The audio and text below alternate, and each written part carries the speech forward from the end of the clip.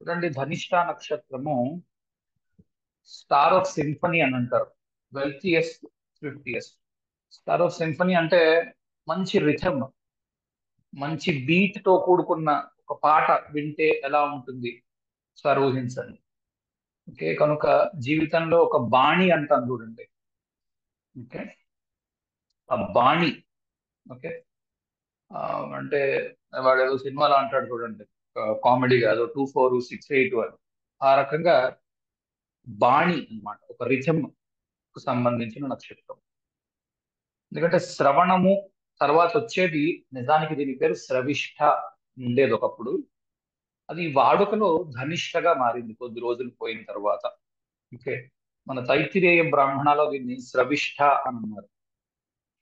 మనం తీసుకున్నాం కదా ఈ మంత్రాలు: వసూనాగ్ శ్రవిష్ఠా, భూతం పరస్తాత్, భూతిర్ అవస్థాత్ అని ఉంది కదా, అందులో చూడండి శ్రవిష్ఠ అన్న పేరు ఉంటుంది. ఓకే, నిజానికి ఇది షా కింద ఠా ఒత్తు ఉండాలి, టా ఒత్తు ఉంది. అది అచ్చు తప్పుగా పరిష్కరించండి, తర్వాత వీలైనప్పుడు ఎప్పుడైనా మారుస్తాను.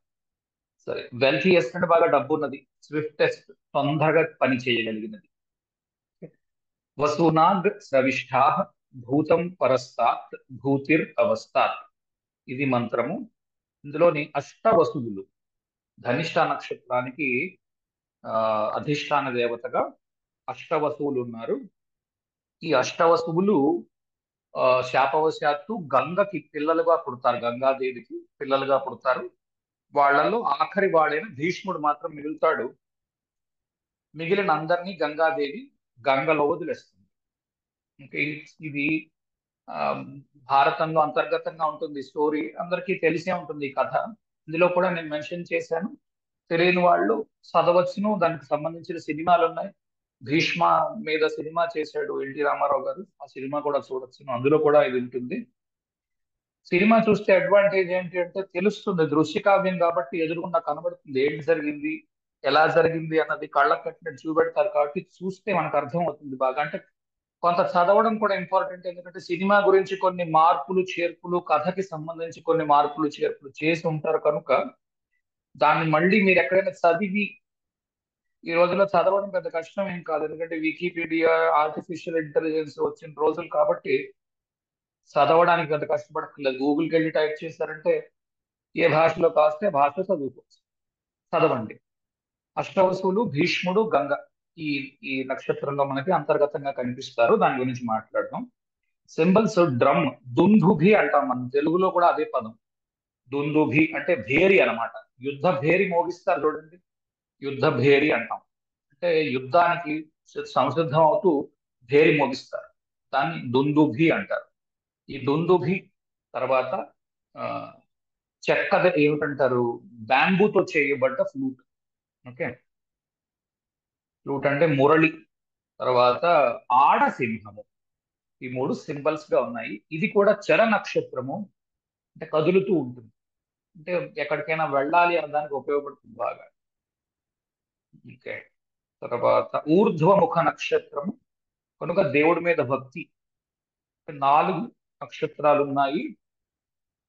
తర్వాత దీని పేరు ఫేమస్, బాగా పేరు గణించిన నక్షత్రం. పేరు బాగా గణించాలి, తొందరగా పనిచేసేవాడుగా, తొందరగా కీర్తి గణించాలి. ఈ వీరి గురించి బాగా జనాలకు తెలిసి ఉంటుంది, బాగా డబ్బు గణించి ఉంటారు.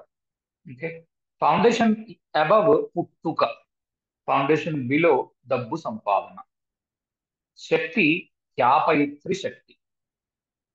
ఖ్యాపయిత్రి శక్తి అంటే బాగా పేరు గడించాలి అన్న ఆసక్తి ఉండడం, దాన్ని ఖ్యాపయిత్రి అంటారు. ఖ్యాతి అంటే తెలుగులో తెలుసు కదా అందరికి, ఖ్యాతి అంటే పేరు గడించడం, దాని నుంచే వచ్చింది ఖ్యాపయిత్రి.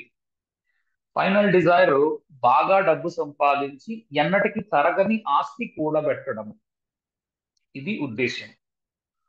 ఓకే, మంత్రం చూడండి, చాలా పెద్ద నక్షత్రము, ఇంకా చాలా ఉంటుంది విషయము. అప్పట్లాగే మీకు సాధ్యమైనంత త్వరగా మనం ఈ విషయాలు తెలుసుకుంటే కాంబినేషన్స్ వాటి మీద కొంచెం ఎక్కువసేపు గడుపుతాం. వసునాగ్ అంటే వసుధ. వసుధ అంటే మీరు వినే ఉంటారు అందరూ. వసుధ అంటే భూమి. కనుక మనం ఇంతకు ముందు మనం చేసిన నక్షత్రాలు చూసుకుంటూ వెళితే మీరు పూర్వాషాఢ చూశారు. పూర్వాషాఢలో గంగాదేవిని చూశారు. ఉత్తరాషాఢలో విశ్వేశాం దేవానాం అనుకున్నాం. విశ్వేశాం దేవానాం అంటే గంగ నీరైంది. విశ్వేశాం అన్న దాంట్లో భూమి ఉన్నది. గంగ తర్వాత భూమి వచ్చింది.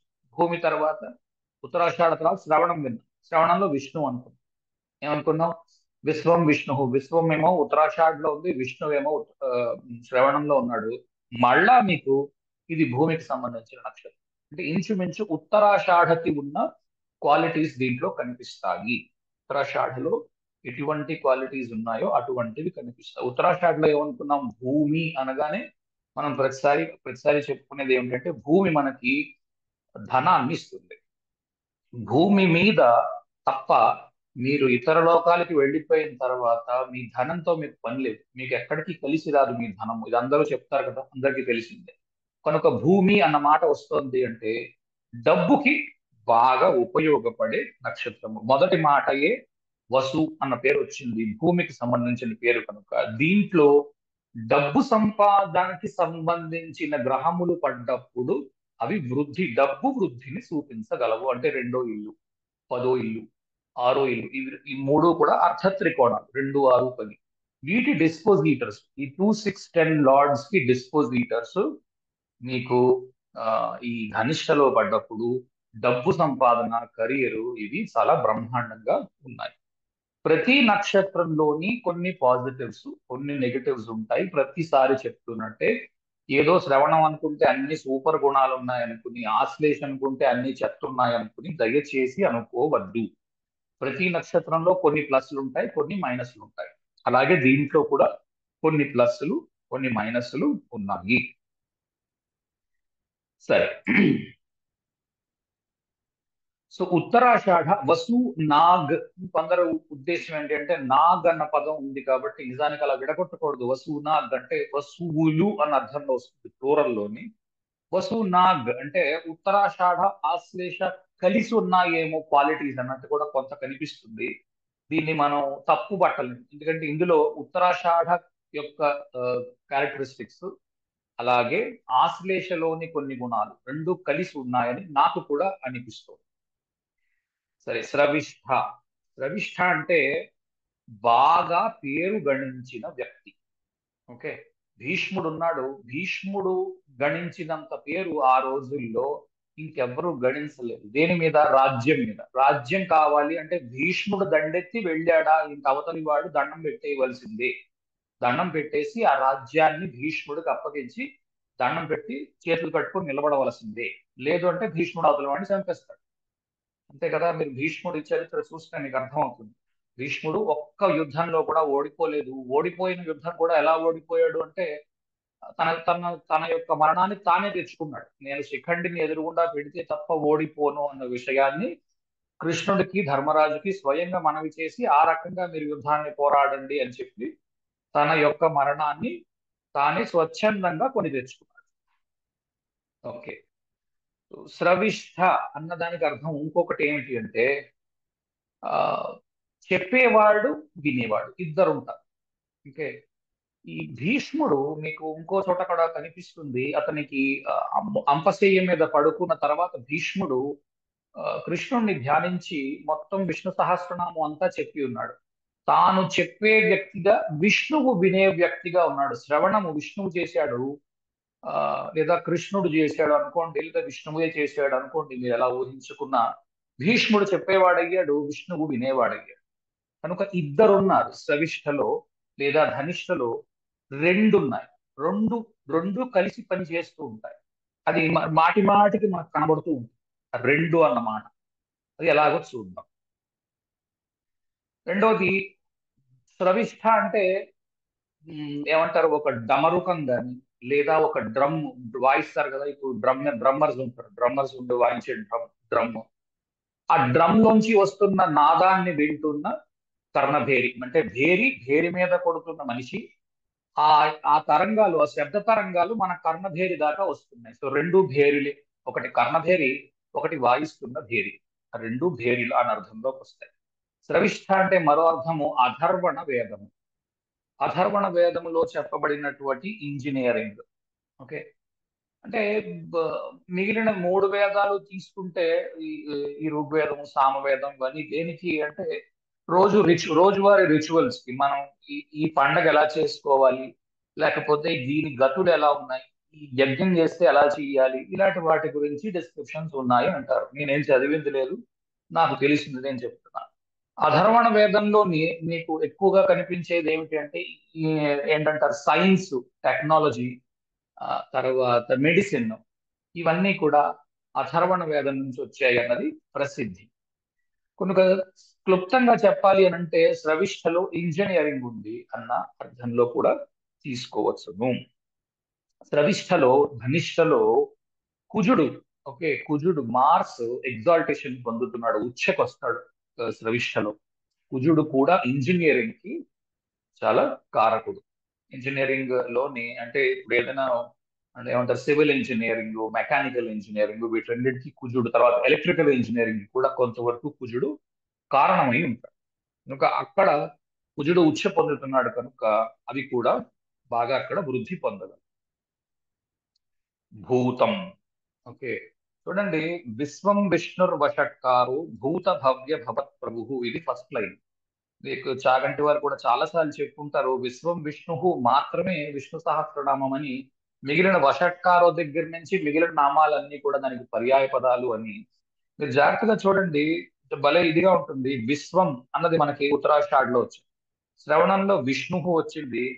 ఇప్పుడు మనకి ఈ భూతం అన్న పదం లేకపోతే భూత అన్న పదము ఇక్కడ వస్తుంది తర్వాత నక్షత్రం అని శ్రవణంలో, ఇది ధనిష్టలో. ఓకే,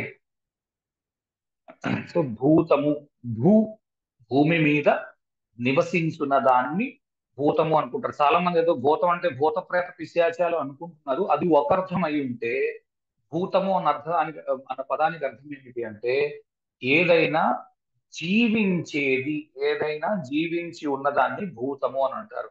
అంటే ఇప్పుడు ఏదో పురుగు, పక్షి, కదులుతున్నవన్నిటినీ కూడా భూతాల కింద వేసుకోవచ్చు. మనుషులు అన్ని భూతం కిందకే వస్తాయి. ఎందుకే ఏకోర్ విష్ణు మహద్భూతం అని అంటారు, అంటే భూతాలన్నిటికీ అధిపతి అయి ఉన్నాడు విష్ణువు. తర్వాత బాగుండడానికి, ఓకే, అందరూ బాగుండడానికి, ఆ మనిషి బాగుండడానికి, డబ్బుతో ఉండడానికి, తర్వాత డబ్బు సంపాదించడానికి ఉపయోగపడుతుంది ఈ భూతం అన్నమాట. ఓకే, తర్వాత ఒక కొడుకు, కొడుకు అన్న అర్థం కూడా భూతంకి వస్తుంది. కొడుకు గాని లేకపోతే పిల్లలు అన్న అర్థం కూడా ఇక్కడ మనకు కనిపిస్తుంది. మళ్ళీ పిల్లలు అన్న మాట ఎందుకు వస్తుందంటే చూడండి, శ్రవణం దాటగానే అంటే శ్రవణం మూడో పాదం నుంచి మీకు కుంభరాశిలో ఉంటుంది శ్రవణం మూడో పాదం. దానికి ఎదురుగుండా ఉన్న రాశిని తీసుకోండి, కుంభరాశికి ఎదురుగుండా ఉన్న రాశి సింహరాశి. సింహరాశిలో కూడా మనకి కనబడుతుంది పిల్లల గురించి మొదలవుతుంది. అందుకే దానికి ఎదురుగుండా ఉన్న రాశిలో కూడా మీకు పిల్లలు అన్న దాని మీద ఒక క్వశ్చన్ మార్క్ ఉంటుంది ఇక్కడ కూడా. ఓకే, తర్వాత భూతము అంటే భూతకాలము, ఇంతవరకు జరిగినది, ఇది జరిగి ఉన్నది అని తెలుసుకోవడం. ఎందుకంటే విష్ణువు దగ్గరికి వచ్చిన విశ్వదేవతలందరూ కూడా ఏం చెప్పారు ఉత్తరాషాఢలో, ఆ రావణాసురుడు మమ్మల్ని తినేస్తున్నాడని ఓసారి, హిరణ్యకశిపుడు మమ్మల్ని చంపేస్తున్నాడని మరోసారి, ఇలా చెప్పుకుంటూ వెళ్ళారు కదా. అదే రకంగా ఇక్కడ కూడా మీకు కనిపిస్తుంది. అంటే వినేవాడు విష్ణువు అయి ఉన్నాడు, చెప్పేవాడు ఒక భూతమై ఉన్నాడు, ఒక మనిషి. అంటే ఇప్పుడు ఈ కాంటెక్స్ట్ లో తీసుకుంటే ఇది భీష్ముడై ఉన్నాడు. సో భగవంతుడితో మొరబెట్టుకోవడం తన యొక్క బాధలని, ఓకే, ఇది కూడా కనిపించవచ్చు. ప్రశాంతంగా కూర్చుని భగవంతుడితో మొరపెట్టుకునే వాళ్ళు, తర్వాత ఓవర్ గా స్పిరిచువల్ ప్రోగ్రెస్ చేసేవాళ్ళు. కొంతమంది చూడండి అన్ని వదిలిపెట్టేసేసి స్పిరిచువల్ ప్రోగ్రెస్ చేద్దాం అనుకుంటారు, ఆధ్యాత్మికంగా వెళ్ళిపోదాం అనుకుంటారు. వాళ్ళకి కూడా ఇది కొంతవరకు వర్తిస్తుంది. కానీ ఇది చాలా వరకు డబ్బు బాగా సంపాదించగలిగే నక్షత్రము, బాగా డబ్బు సంపాదించగలదు, బాగా స్పిరిచువాలిటీలో కూడా ఉండగలదు. మీరు భీష్ముడిని ఉదాహరణగా తీసుకోండి. అంతటి ఏమంటారు, అంతటి యుద్ధాలు చేసి అవతల వ్యక్తికి ఏంటంటారు ఏదో భయంకరుడిలాగా కనిపించే భీష్ముడు అంతటి భక్తి తత్పరత కూడా కలిగి ఉంటాడు అంపశయ్యం మీద పడుకొని విష్ణు సహస్రనామాన్ని వెల్లివేస్తూ. తర్వాత భూతాలు, ప్రేతాలు, ఈ ఎక్సార్సిజం అంటారు. అంటే ఈ మాంత్రికులు ఏమంటారు దాన్ని, ఈ ఈ దయ్యం పట్టడం ఇవన్నీ ఉన్నాయి చూడండి. ఈ నమ్మకాలు అవి పెట్టుకొని ఉంటారు, దయ్యం పట్టిందని, ఆ లేకపోతే ఇంకోటి ఏదో అయ్యిందని, గాలి సోకిందని, ఇలాంటివి ఉంటాయి చూసారా. వాటికి కూడా ఈ నక్షత్రం కొంతవరకు కారణం అవుతోంది అని చెప్పొచ్చు. రాత్రిపూట ఒక్కసారిగా మా వాడు ఉలిక్కిపడి లేస్తున్నాడండి. ఏ ఏమిటో అర్ధరాత్రి 2:30 3ంటికి లేచిపోతున్నాడు. ఏదో భూతం పట్టినట్టు, దయ్యం పట్టినట్టు బిహేవ్ చేస్తున్నాడు. అనుకోకుండా టక్కుని లేచి అటు ఇటు తిరుగుతున్నాడు. అలాంటివన్నీ కూడా మీకు దీంట్లో కనిపించవచ్చు. ఓకే. తర్వాత ఆ, భూమి, ఈ పంచభూతాలన్నిటిలోకి భూమి అన్నిటికంటే కింద నుండి దీంట్లో మీకు డబ్బు, పరపతి. ఎందుకంటే మనిషి పాకులాడేది మటీరియల్ వరల్డ్ లో రెండే రెండు విషయాల గురించి. ఒకటి పరువు, ప్రతిష్ట, పరపతి, వాటి గురించి. రెండోది డబ్బు, నా కుటుంబము, వాళ్ళ పోషణ, దాని గురించి. ఈ రెండు మాత్రం దీంట్లో బ్రహ్మాండంగా ఉంది. పరపతి, పవర్. ఎందుకంటే భీష్ముడికి అవన్నీ ఉండేవి. పవర్ కొంతవరకు లేదని చెప్పుకోవాలి భీష్ముడు, కానీ ఆ తను మంచివాడని, తాను వస్తే ఇంక ఎవరు ఎదురుగుండా నిలబడలేడని అన్న విషయానికి, ధర్మాచరణకి, డబ్బు సంపాదనకి భీష్ముడిని తీసుకోవచ్చు. కానీ పవర్ మాత్రం భీష్ముడి చేతిలో చాలా వరకు లేదనే చెప్పాలి. ఎందుకంటే కుజుడు, మీరు కుజుడిని కూడా పక్కన పెట్టుకుని చూడండి. కుజుడు సేనానిగా ఉంటాడు, రాజు మాత్రం రవి అయి ఉంటాడు. రవి రాజ్యం చేస్తున్నప్పుడు కుజుడు వెళ్ళి రాజ్యాల్ని దండెత్తి ఎలాగైతే తీసుకుని వచ్చి రవికి కట్టబెడతాడో, ఆ గద్దె మీద కూర్చున్న వ్యక్తి ధృతరాష్ట్రుడై ఉన్నప్పుడు కూడా వెళ్ళి మీకు భీష్ముడు పనిచేసి వచ్చినట్టు, విచిత్ర వీర్యుడు కూర్చొని ఏమిటంటారు, మత్తు పానీయాల్లో ఇది ఆడుతున్నప్పుడు, తేలి ఆడుతున్నప్పుడు కూడా భీష్ముడు వెళ్ళి రాజ్యాన్ని కొల్లగొట్టుకొచ్చి ఆ ధనాన్నంతా తీసుకుని వచ్చినట్టుగా మనకి కనబడుతుంది.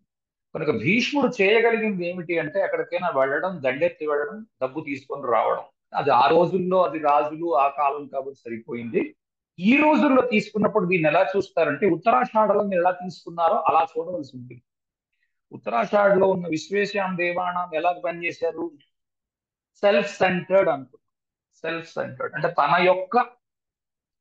తన యొక్క ఉన్నతి ముందు, తన యొక్క ఉద్ధతి ముందు మిగిలిన వాళ్ళకి చోటు లేదు అన్న ఉద్దేశంలో ఉత్తరాషాఢం ముందు ఉంటుంది, ముందు వరుసలో. దేవతలు అలా ఎందుకు ఉంటారు అని అనుకోకండి. దేవతలు అన్నిటికంతా ముందు ఉంటారు. ఎందుకంటే గద్దె, సింహాసనము అన్న విషయానికి వచ్చినప్పుడు ఇంద్రుడు మాత్రం చాలా పాపులాడతాడు సింహాసనానికి. తను ఎంత పోయినా, ఏది పోయినా సరే సింహాసనాన్ని మాత్రం కోల్పోడు. ఆ సింహాసనాన్ని మరెవరికి ఇవ్వడానికి ఇష్టపడ్డు ఇంద్రుడు. ఓకే. జాగ్రత్తగా ఆలోచిస్తే అర్థమవుతుంది. ఉత్తరాషాఢలో చాలా వరకు ఎక్స్ప్లెయిన్ చేశాను. ఇక్కడ కూడా మీకు కొంతవరకు అది కనిపిస్తుంది. ఇప్పుడు భీష్ముడు ఎక్కడికి వెళితే అక్కడికి అవతల వ్యక్తి దాసోహము అని చెప్పి దండం పెట్టవలసిందే తప్ప మరొకటి చేయగలిగింది లేదు. అతన్ని మీరు నిలువరించలేరు భీష్ముడు. ఓకే. కనుక ఒకవేళ బిజినెస్ చేసే వ్యక్తి అయితే ఉత్తరాషాఢ, లేకపోతే ధనిష్ట. ఎలా చూస్తాం? బిజినెస్ చేసే వ్యక్తి అయితే చంద్రుడిని చూడం, షష్టమాధిపతి 6వ ఇంటిని చూడండి. 6th హౌస్ కనెక్షన్స్ లో ఉత్తరాషాఢ, సెకండ్ హౌస్ కనెక్షన్స్ లో ఉత్తరాషాఢ, 10వ ఇంటి కనెక్షన్స్ లో ఉత్తరాషాఢ వచ్చినప్పుడు, లేదా ధనిష్ట వచ్చినప్పుడు కాంపిటీషన్ అనేదే లేకుండా ఉండే బిజినెస్ చేద్దాం అనే ఉద్దేశంలో ఉంటారు. నాకు అసలు కాంపిటీషన్ ఉండకూడదు. సో నేను ఏదైనా కొత్తగా ఒక బిజినెస్ తీసుకొని వస్తాను, లేదా అందులో ఆల్రెడీ కాంపిటీషన్ ఉందా, వాళ్ళందరినీ ఎలా తీసేయాలి అన్నది చూస్తాను. చూసి అందరినీ తీసేసి నేను మాత్రమే ఉండాలి. ఆ మొత్తం నేను ఎక్కడికైతే సప్లై చేయగలుగుతానో నా ప్రోడక్ట్, ఆ చుట్టుపక్కల మరింకెవడో అమ్ముకోవడం. అది చాలా వరకు కనిపిస్తుంది. దానికి రకరకాల సినిమాల్లో కూడా చూపిస్తుంటారు చూడండి. కొన్ని సినిమాలు ఉంటాయి, ఏవో ఇద్దరు కాంపిటీషన్స్ చేస్తూ ఉంటారు. ఇదొక బ్రాండ్, అదొక బ్రాండ్, వాళ్ళ మధ్య ఉండే కాంపిటీషన్, దాన్ని ఊహించుకోండి. అప్పుడు మీకు ఇది అర్థం అవుతుంది. ఓకే. ఇది ఉత్తరాషాఢలోనూ కనబడుతుంది, మీకు ఇక్కడ కనబడుతుంది. కనుక ఆ ఇందులో కూడా కొంతవరకు మీరు చెప్పవలసింది ఏంటి అంటే, ఆ, ఈ రిసోర్స్ షేరింగ్ అంటారు. Sharing of resources. For example నాకు కొంచెం ఆ, నేను ఉత్తరాషాఢలో చెప్పాను లేదు, నాకు సరిగ్గా గుర్తులేదు. ఒకవేళ చెప్పుకుంటే ఇది ఉత్తరాషాఢ కూడా వర్తిస్తుంది. నాకు చాలా నవ్వొస్తుంది అనమాట. కొందరు మరీ ఉంటారు మనుషులు, ఒకవేళ ఇలాంటివి ఉంటే, ఓకే, ఇది అందరికీ ఇలా ఉంటుందని నేను చెప్పడం లేదు. చంద్రుడిని కనుక మీరు ఉత్తరాషాఢలోనో లేకపోతే చంద్రుడిని ధనిష్ఠలోనో వేసుకుని మాత్రం దయచేసి ఇది ఆలోచించకండి. చాలా వరకు సరిపోకపోవచ్చు. ఓకే, 4-5 కాంబినేషన్స్ ఉంటాయి, అక్కడి నుంచి తీసుకోండి. రిసోర్సెస్ అనగానే రెండో ఇల్లు కనెక్ట్ అయి ఉండాలి కదా. సో రిసోర్సెస్ సెకండ్ హౌస్ నుంచి వస్తాయి. ఎప్పుడైతే ఈ సెకండ్ హౌస్ కనెక్షన్స్ లో ఉత్తరాషాఢ లేకపోతే ధనిష్ట ఉంటాయో, చాలా ఫన్నీ ఇన్సిడెంట్ ఒకటి చెప్తాను చూడండి, చాలా నవ్వొస్తుంది. నేను ఒకళ్ళ ఇంటికి అనుకోకుండా వెళ్ళినప్పుడు కార్ పార్క్ చేద్దాం చూస్తున్నాను. వాళ్ళు అడ్డంగా రాళ్లు పెట్టున్నారు, వాళ్ళ ఇంటి ముందు స్పేస్ ఉంది, కార్ పార్క్ చేసుకోవడానికి రాళ్లు పెట్టున్నారు. నేను అనుకున్నాను, వీళ్ళ కార్ ఉంది కాబోలు, మరి కాసేపట్లో కార్ వచ్చి వాళ్ళు పార్క్ చేస్తారు, మరి ఎవ్వరు పార్క్ చేసేయకుండా అక్కడ రాళ్లు పెట్టి ఉంచారు అనుకున్నాను. కొద్దిగా పక్కకు తీసి కార్ ఆపి లోపలికి వెళ్తున్నాను. ఆ వ్యక్తిని అడిగాను, అచ్చా మీరు కార్ కొన్నారా అండి, ఏంటి కారు? అదే కారు నాకు ఇక్కడ, కారు నాకు కారు రాదన్నాడు. అచ్చా బాగుందండి. "అయితే బండి పెడతారా ఇక్కడ?" "బండి నాకెక్కడ వచ్చి, బండి కూడా రాదండి." "మరి ఇక్కడ ఎందుకు పెట్టారు?" అన్నాడు. ఇంకెవడైనా వచ్చి అక్కడ కారు పార్క్ చేసేసి అది వాడేసుకుంటాడేమో అన్న బాధలో దాన్ని అక్కడ రాళ్లు పెట్టుకొని, ఎవరు అక్కడ కార్ పార్క్ చేయకూడదు, ఎందుకంటే అది నాది కాబట్టి. అదేంటి ఖాళీగానే ఉంది కదా, రోడ్డు అరిగిపోతుందా, ఇవ్వచ్చుగా, ఇవ్వడం. ఓకే, అంటే పరాకాష్ఠ అన్నమాట ఇది. ఈ ఉత్తరాషాఢకి లేకపోతే ధనిష్ఠకి ఇది పరాకాష్ఠ. నేను ఇవ్వను, ఇది నాది. ఎందుకంటే వసుత్వం అంటారు దీన్ని. భూమి మీద ఉన్న దాని విషయం మీద అత్య ఆకర్షణ. ఓకే, ఇది కొంతవరకు మనిషికి అవసరం. ఓకే, దీని పూర్తి నెగటివ్ సైడ్ తీసుకోవద్దు ఏది కూడా. కొంతవరకు మనిషికి అవసరం. ఇప్పుడు మీ కుటుంబం ఉంది, వాళ్ళని పోషించుకోవాల్సిన బాధ్యత మీకుంది. మీరు అన్ని తీసుకుని వెళ్ళి ఊళ్ళో దానం చేసేస్తున్నారు అనుకోండి, ఏ భార్య హర్షిస్తుంది? ఎవ్వరు హర్షించరు. కనుక అలా ఓవరు చేయకూడదు, ఇలాగా ఓవర్ చేయకూడదు. ఈ రెండు ఓవరే. ఓకే, దీంట్లో ఓవర్ అయిపోకుండా చూసుకోండి. ముఖ్యంగా గుర్తుంచుకోవాల్సింది ఏంటంటే, ఉత్తరాషాఢలోని దీంట్లోని ధనిష్టలోని ఓవర్ గా ఇది చేస్తున్నామా అన్నది చూసుకోండి. ఒకవేళ అది ఉంటే దాన్ని కొద్దిగా అయినా తగ్గించుకుంటూ రండి. ధనిష్టలో చిన్న అడ్వాంటేజ్ ఉంది. ధనిష్టలో లాభం ఏమిటి అంటే, పోను పోను భీష్ముడు చూడండి, కొద్ది రోజులు పోయిన తర్వాత అది వదిలిపెట్టేశాడు. జయించవలసిన రాజ్యాలు ఏమున్నాయో జయించేసి, తన ఇది అయిపోయాక కొద్దిగా వృద్ధాప్యం వచ్చిన తర్వాత ఒక్కొక్కటి వదిలేస్తూ వచ్చాడు. ఇది నాది కాదు, వీళ్ళు ఏం చెబితే అది నేను చేస్తాను అన్న సిచ్యువేషన్కి వచ్చాడు. జాగ్రత్తగా జాగ్రత్తగా మీరు గమనిస్తే విశ్వేశాం దేవానానికి ఆ సిచ్యువేషన్ ఉండదు. అంటే ఉత్తరాషాఢకి అందులో విశ్వేశాం దేవతలు ఉన్నారు కాబట్టి వాళ్ళు ఎప్పటికీ యవ్వనులు, ఎప్పటికీ 25 ఏళ్ల వాళ్ళకే ఉండిపోతారు. ఎందుకంటే పార్వతీదేవి శాపం ఇచ్చింది, మీరు ఎప్పటికీ యవ్వనులుగా ఉండిపోతారు, మీకు ఇంక పెళ్లిళ్ళు అవ్వవు, మీకు ఇంక పిల్లలు పుట్టరు అన్న శాపం విశ్వేశాం దేవానంలో ఆవిడ ఇచ్చిన శాపం. ఆ వృత్తాంతం కూడా అక్కడ మనం మాట్లాడుతాం. ఎందుకంటే మీకు ఈ వసుత్వము అంటాం కదా, అంటే మన భూమి మీద మనకి ఆసక్తి ఉండడం, మన డబ్బు మీద మనకు ఆసక్తి ఉండడం అన్నది ఒక 40 ఏళ్ల వరకు ఉంటుంది. ఎందుకంటే అది సంపాదించాలి అన్న కోరిక అప్పుడే కలుగుతుంది మనిషికి. ఆ వయస్సు అలాంటిది. శుక్రుడు పరిపాలించే వయస్సు అంటారు దాన్ని. ఆ టైంలో మీరు డబ్బు సంపాదించాలి, సంపాదించి మీకు మీరు మళ్ళీ దాచుకోవాలి, అది ఎవ్వరూ కాదని. అని కొందరు ఉంటారు, చాలా వింతగా అనిపిస్తారు. 74 ఏళ్ళు 75 ఏళ్ళు వచ్చేస్తాయి, ఇంకా ఏమిటో పోనీ పార్కింగ్ ప్లేస్ లో కారు పెట్టడానికి నీ కారే లేదు, ఆ పార్కింగ్ ప్లేస్ లో రాళ్ళు అడ్డంగా 4 రాళ్ళు పేర్చి పెట్టి కూర్చున్నాడు. కారణం ఏంటి? పోనీ ఎవరన్నా రోజు వస్తారా? ఎవ్వరు రారు వారి ఇంటికి, ఎవ్వరు ఎవ్వరు రారు వాళ్ళ ఇంటికి. అయినా సరే 4 రాళ్ళు అడ్డంగా పెట్టి కూర్చున్నాడు. ఓకే, అలాంటివి ఉంటే కొంతవరకు ఆ, మారండి అని చెప్పడం నా ధర్మం కాబట్టి చెప్తున్నాను. Okay, all right. సరే, స్లీప్ ఇష్యూస్ చెప్పేశాను. ఆ, తర్వాత భూతం పరస్తాత్, తర్వాత భూతిర్ అవస్థ. ఆఖరున అష్ట సిద్ధులు అని అంటాం చూడండి. అణిమా సిద్ధే, మహిమా సిద్ధే, గరిమా సిద్ధే, లఘిమా సిద్ధే, ప్రాకామ్య సిద్ధే, ఈసిత్వ సిద్ధే, వసిత్వ సిద్ధే, ఇవన్నీ మీకు దేవి ఖడ్గమాల్లో ఉంటాయి. ఆ సిద్ధులన్నీ, వీటికి రకరకాల చోట్ల రకరకాల మీనింగ్స్ ఉంటాయి. ఇవి చాలా ఏమంటారు, రహస్యమైన విద్యలు ఇవి. దేవి ఖడ్గమాల ఇలాంటివి. అష్టసిద్ధులు కూడా చాలా రహస్యమైన విషయం. అష్టసిద్ధులు చూడండి, మనం నిజానికి ఏదో మాయాబజార్ సినిమా చూసాం అనుకోండి. మాయాబజార్ కాదు, ఏమిటది, పాతాళ భైరవి. పాతాళ భైరవిలో మీరు ఆ నేపాల మంత్రికుడి యొక్క ఇది చూడండి. ఎస్వి రంగారావు వేసి ఉన్నాడు కదా నేపాల మంత్రికుడు, సిద్ధులన్నీ సాధించాలి అనుకుంటాడు. ఆ, కాళీ పూజ చేస్తూ ఉంటాడు, సిద్ధులు సాధిస్తూ ఉంటాడు. నిజానికి జాగ్రత్తగా గమనిస్తే అర్థమవుతుంది, సిద్ధులు సాధన దేనికి? సిద్ధి సాధించావు, ఏం చేస్తావు సిద్ధితో? డబ్బు పుట్టించగలవు సిద్ధితో. ఎక్కడ ఉపయోగపడుతుంది? భూమి మీద తప్ప ఇంకా ఎక్కడ ఉపయోగపడదు. తపస్సు చేసి ఊరుకున్నాం అనుకో, పైకి వెళ్ళేకి ఉపయోగపడుతుంది. ఓకే, ఆ, ఈ సిద్ధులు సాధించాలని దాని ద్వారా మరికొంత డబ్బు సంపాదించాలని అనే ఉద్దేశంలో ఉండడం బాగా పాతకాలం విషయం. ఈ రోజుకి ఎలా ఉపయోగపడుతుంది అంటే ఏది నేర్చుకున్నా దీని డబ్బు సంపాదనకి ఎలాగ అన్వయం చేసుకోవచ్చు, దీనితో డబ్బు ఎలా సాధించవచ్చు. ఇదేం తప్పు కాదండి, దయచేసి దీన్ని తప్పు ఉద్దేశంలో ఆలోచించవద్దు. ఇది ఈ రోజుల్లో ఫర్ ఎగ్జాంపుల్ ఒక కుర్రాడు ఉన్నాడు, 20 ఏళ్ల కుర్రాడు ఉన్నాడు. వాడి గూగుల్లో ఒక 1.5 crore ప్యాకేజ్ వచ్చింది అనుకోండి, మీరందరూ చప్పట్లు కొట్టరు. ఎప్పుడు వస్తుంది అలాంటిది? వాడు ఆ ఇంటర్వ్యూలో క్వశ్చన్ అడుగుతాడు, దీన్ని డబ్బుకి ఎలాగ వాడవచ్చు అని. ఎవడు బాగా ఆన్సర్ చెప్పగలిగితే వాడికి ఇస్తాడు ఆ 1.5 కోటి. వాడు వెరివాడే ఇప్పుడు. జాగ్రత్తగా ఆలోచించు. ఓకే, ఎందుకంటే వాడి ద్వారా 10 కోట్లు సంపాదించి వాడికి 1 కోటి రూపాయలు జీతంగా ఇస్తాడు తప్ప వాడికి ఊరికే కూర్చోబెట్టి నువ్వు 1.5 కోటి తీసుకో బాబు అని చెప్పడు. ఓకే, జాగ్రత్తగా పట్టుకుంటున్నారు అనుకుంటున్నాను నేను. నేను ఎక్కడైనా ఏ నక్షత్రం మీదైనా ఎక్కడైనా ఒక నెగటివ్ మాట మాట్లాడి ఉంటే దాన్ని జాగ్రత్తగా ఆలోచించండి. దానికి రెండు వైపులా ఉండే పదునైన కత్తిలాంటిది. ఎప్పుడైనా ఏ ప్రిడిక్షన్ అయినా అలాగే ఉంటుంది. ఒకటి పాజిటివ్ సైడ్ ఉంటుంది, అదే విషయానికి అదే నెగటివ్ సైడ్ అయి ఉంటుంది. ఇది జాగ్రత్తగా అర్థం చేసుకోలేని వాళ్ళు అనవసరంగా తుళ్ళి పడుతూ ఉంటారు పైకి కిందకి. మమ్మల్ని అలా అంటారా ఇలా అంటారా అని. ఇందులో అనడానికి ఏం లేదు. ప్రతి నక్షత్రానికి ప్లస్ ఉంటుంది, ప్రతి నక్షత్రానికి మైనస్ ఉంటుంది. భస్మ, భూతి, విభూతి పెట్టుకోండి అంటారు చూడండి. అడనామాలు పెట్టుకునేవాళ్ళు అడనామాలు, నిలువు నామాలు పెట్టుకునేవాళ్ళు నిలువు నామాలు. భస్మ అంటే భా ప్లస్ అస్మ, నన్ను ఆ, భాసింపజేయున్నది, నాకు డబ్బు తెచ్చి పెట్టున్నది. ఎందుకంటే భస్మ కూడా భూమి నుంచే వస్తుంది కదా. భూమిలో పెరిగే వచ్చే వృక్షాల నుంచి వచ్చిన కట్టెల నుంచి కట్టెలను కాల్చి దాన్ని బూడిద చేసి భస్మంగా ధరిస్తారు. లేదా ఏది చేసినా ఇప్పుడు నువ్వు పెట్టుకునే విభూతి ఎక్కడి నుంచి వచ్చింది? భూమిలో పుట్టింది. ఆ భూమి నుంచి పుట్టిన దాన్ని నువ్వు మళ్ళా నెత్తికి రాసుకుంటున్నావు. కారణం ఏంటి అంటే లక్ష్మి కోసం, డబ్బు సంపాదన కోసము భస్మధారణ ఇంపార్టెంట్. అందుకే శివుడిని ఐశ్వర్యకారకుడు అని అంటారు. అందుకే చాలా మంది ఏదో అంటారు చూడండి. సీతారామ శాస్త్రి కూడా అంటాడు, ఆదివిక్షు వాడిని ఏది కోరేది అని. దానికి చేతిలో చెప్ప పట్టుకొని నిల్చున్న వ్యక్తి ఐశ్వర్యకారకుడు. ఎందుకంటే ఈశ్వరుడు ఐశ్వర్యాన్ని ఇస్తాడు కదా. సంపత్తి, ఐశ్వర్యము, ప్రాస్పెరిటీ, అబండెన్స్, కావలసిన దానికంటే ఎక్కువ డబ్బు కలిగి ఉండడం.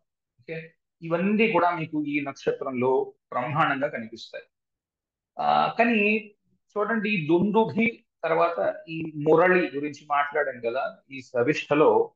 దుందుభి, మురళి ఈ రెండు జాగ్రత్తగా చూడండి. దుందుభి అంటే పెద్ద ఢంక. చూపిస్తాను చూడండి. ఇగో ఈ ఢంక. ఈ దుందుభి లోపల పూర్తిగా ఖాళీగా ఉంటుంది. అలా ఖాళీగా ఉంటే తప్ప ధ్వని రాదు.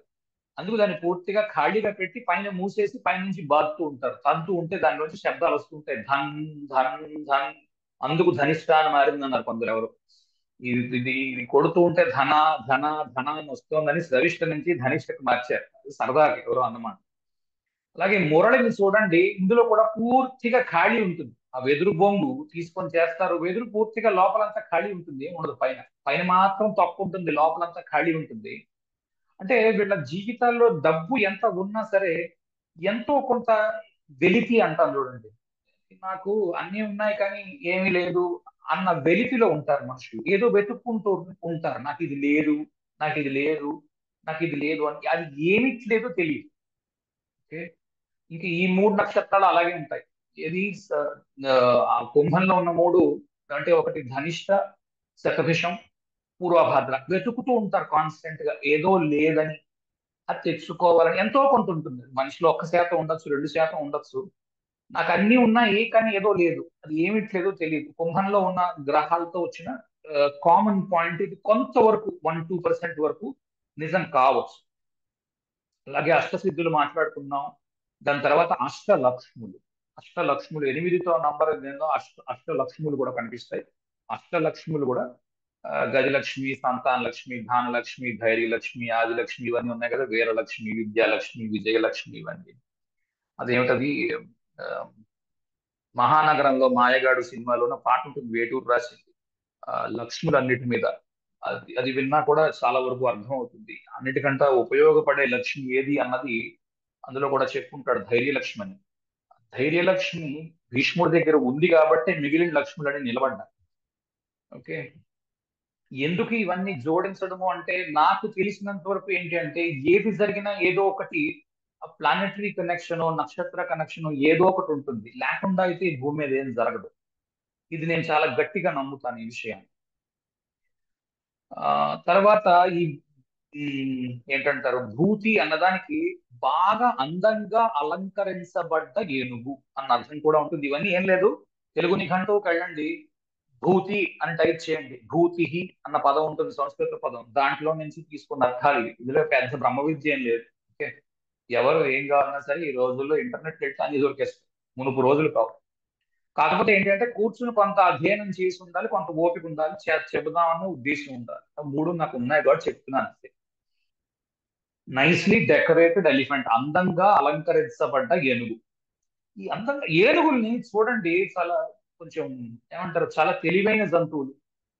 ఒకటి, ఇంతకు ముందు కూడా మనం ఏనుగుల గురించి చాలా మాట్లాడుకున్నాం, భరణిలో మాట్లాడుకున్నాం ఏనుగుల గురించి చాలా విస్తారంగా. అలాగే ఇక్కడ కూడా కొంతవరకు ఏనుగులు మనకు కనిపిస్తాయి, కానీ ఇవి మదపుటేనుగులు అని చెప్పలేము, ఎందుకంటే చేయనివ్వు, అలంకారం చేయనివ్వు మదపుటేనుగు. వాటిని ఏమంటారు, కొంత మచ్చిక చేసుకుని వాటిని ఇది మావటి వాడు ట్రైనింగ్ చేసిన తర్వాత మీరు అలంకారానికి ఒప్పుకుంటే, లేకపోతే తీసి పారేస్తాయి. ఈ దేనికి వాడతారు ఈ అలంకరించిన ఏనుగులు అంటే, ఒకటి రాజు ఒకవేళ సంచారానికి వెళుతున్నప్పుడు రాజు దాని మీద ఎక్కి వెళ్ళవచ్చు, సరదాకి గజారోహణం ఒక కవి ఎవడని ఏదైనా మంచి చెప్పాడు, గజారోహణం చేయిస్తారు. అయితే ఏదైనా వ్యక్తికి ఉన్నతి ఇస్తున్నారు అన్నప్పుడు గజారోహణం చేస్తారు. ఓకే, అంటే పేరు ప్రతిష్ట వస్తాయి గజారోహణం చేస్తే. ఆయన ఎవరో ఉన్నారు, ఏనుగు లక్ష్మణ కవి అని అంటారు. ఆయన ఏనుగు ఎక్కాడు కాబట్టి అప్పటి నుంచి అతన్ని ఏనుగు లక్ష్మణ కవి అని అన్నారు. ఓకే, తర్వాత ఆ, ఒకటి ఇంకో విషయం నాకు ఇందులో కనిపించింది ఏంటంటే, ధనిష్టలో మనం పోను పోను నేను మాట్లాడతాం వీటి మీద. ఒక విషయం ఏం కనిపించిందంటే, ఆటిజం. ఓకే, ఆటిజం, ఏడిహెచ్డి అంటారు చూడండి, అటెన్షన్ డెఫిసిట్ డిజార్డర్ ఏదో అంటారు. ఏడిహెచ్డి అంటారు దాన్ని, అటెన్షన్ డెఫిసిట్ డిజార్డర్. అవి మీకు కనిపించడానికి అవకాశాలు ఉన్నాయని నాకు అనిపిస్తుంది. ఎందుకంటే మార్స్ చాలా, అంటే కుజుడు ఎగ్జాల్టేషన్ పొందుతున్న ప్లేస్ లో ఆఖరి డిగ్రీస్ లో, అంటే క్యాప్రికాన్ లోని, అంటే మకర రాశిలోని ఆఖరి డిగ్రీ 29లో నుంచి 30 వరకు.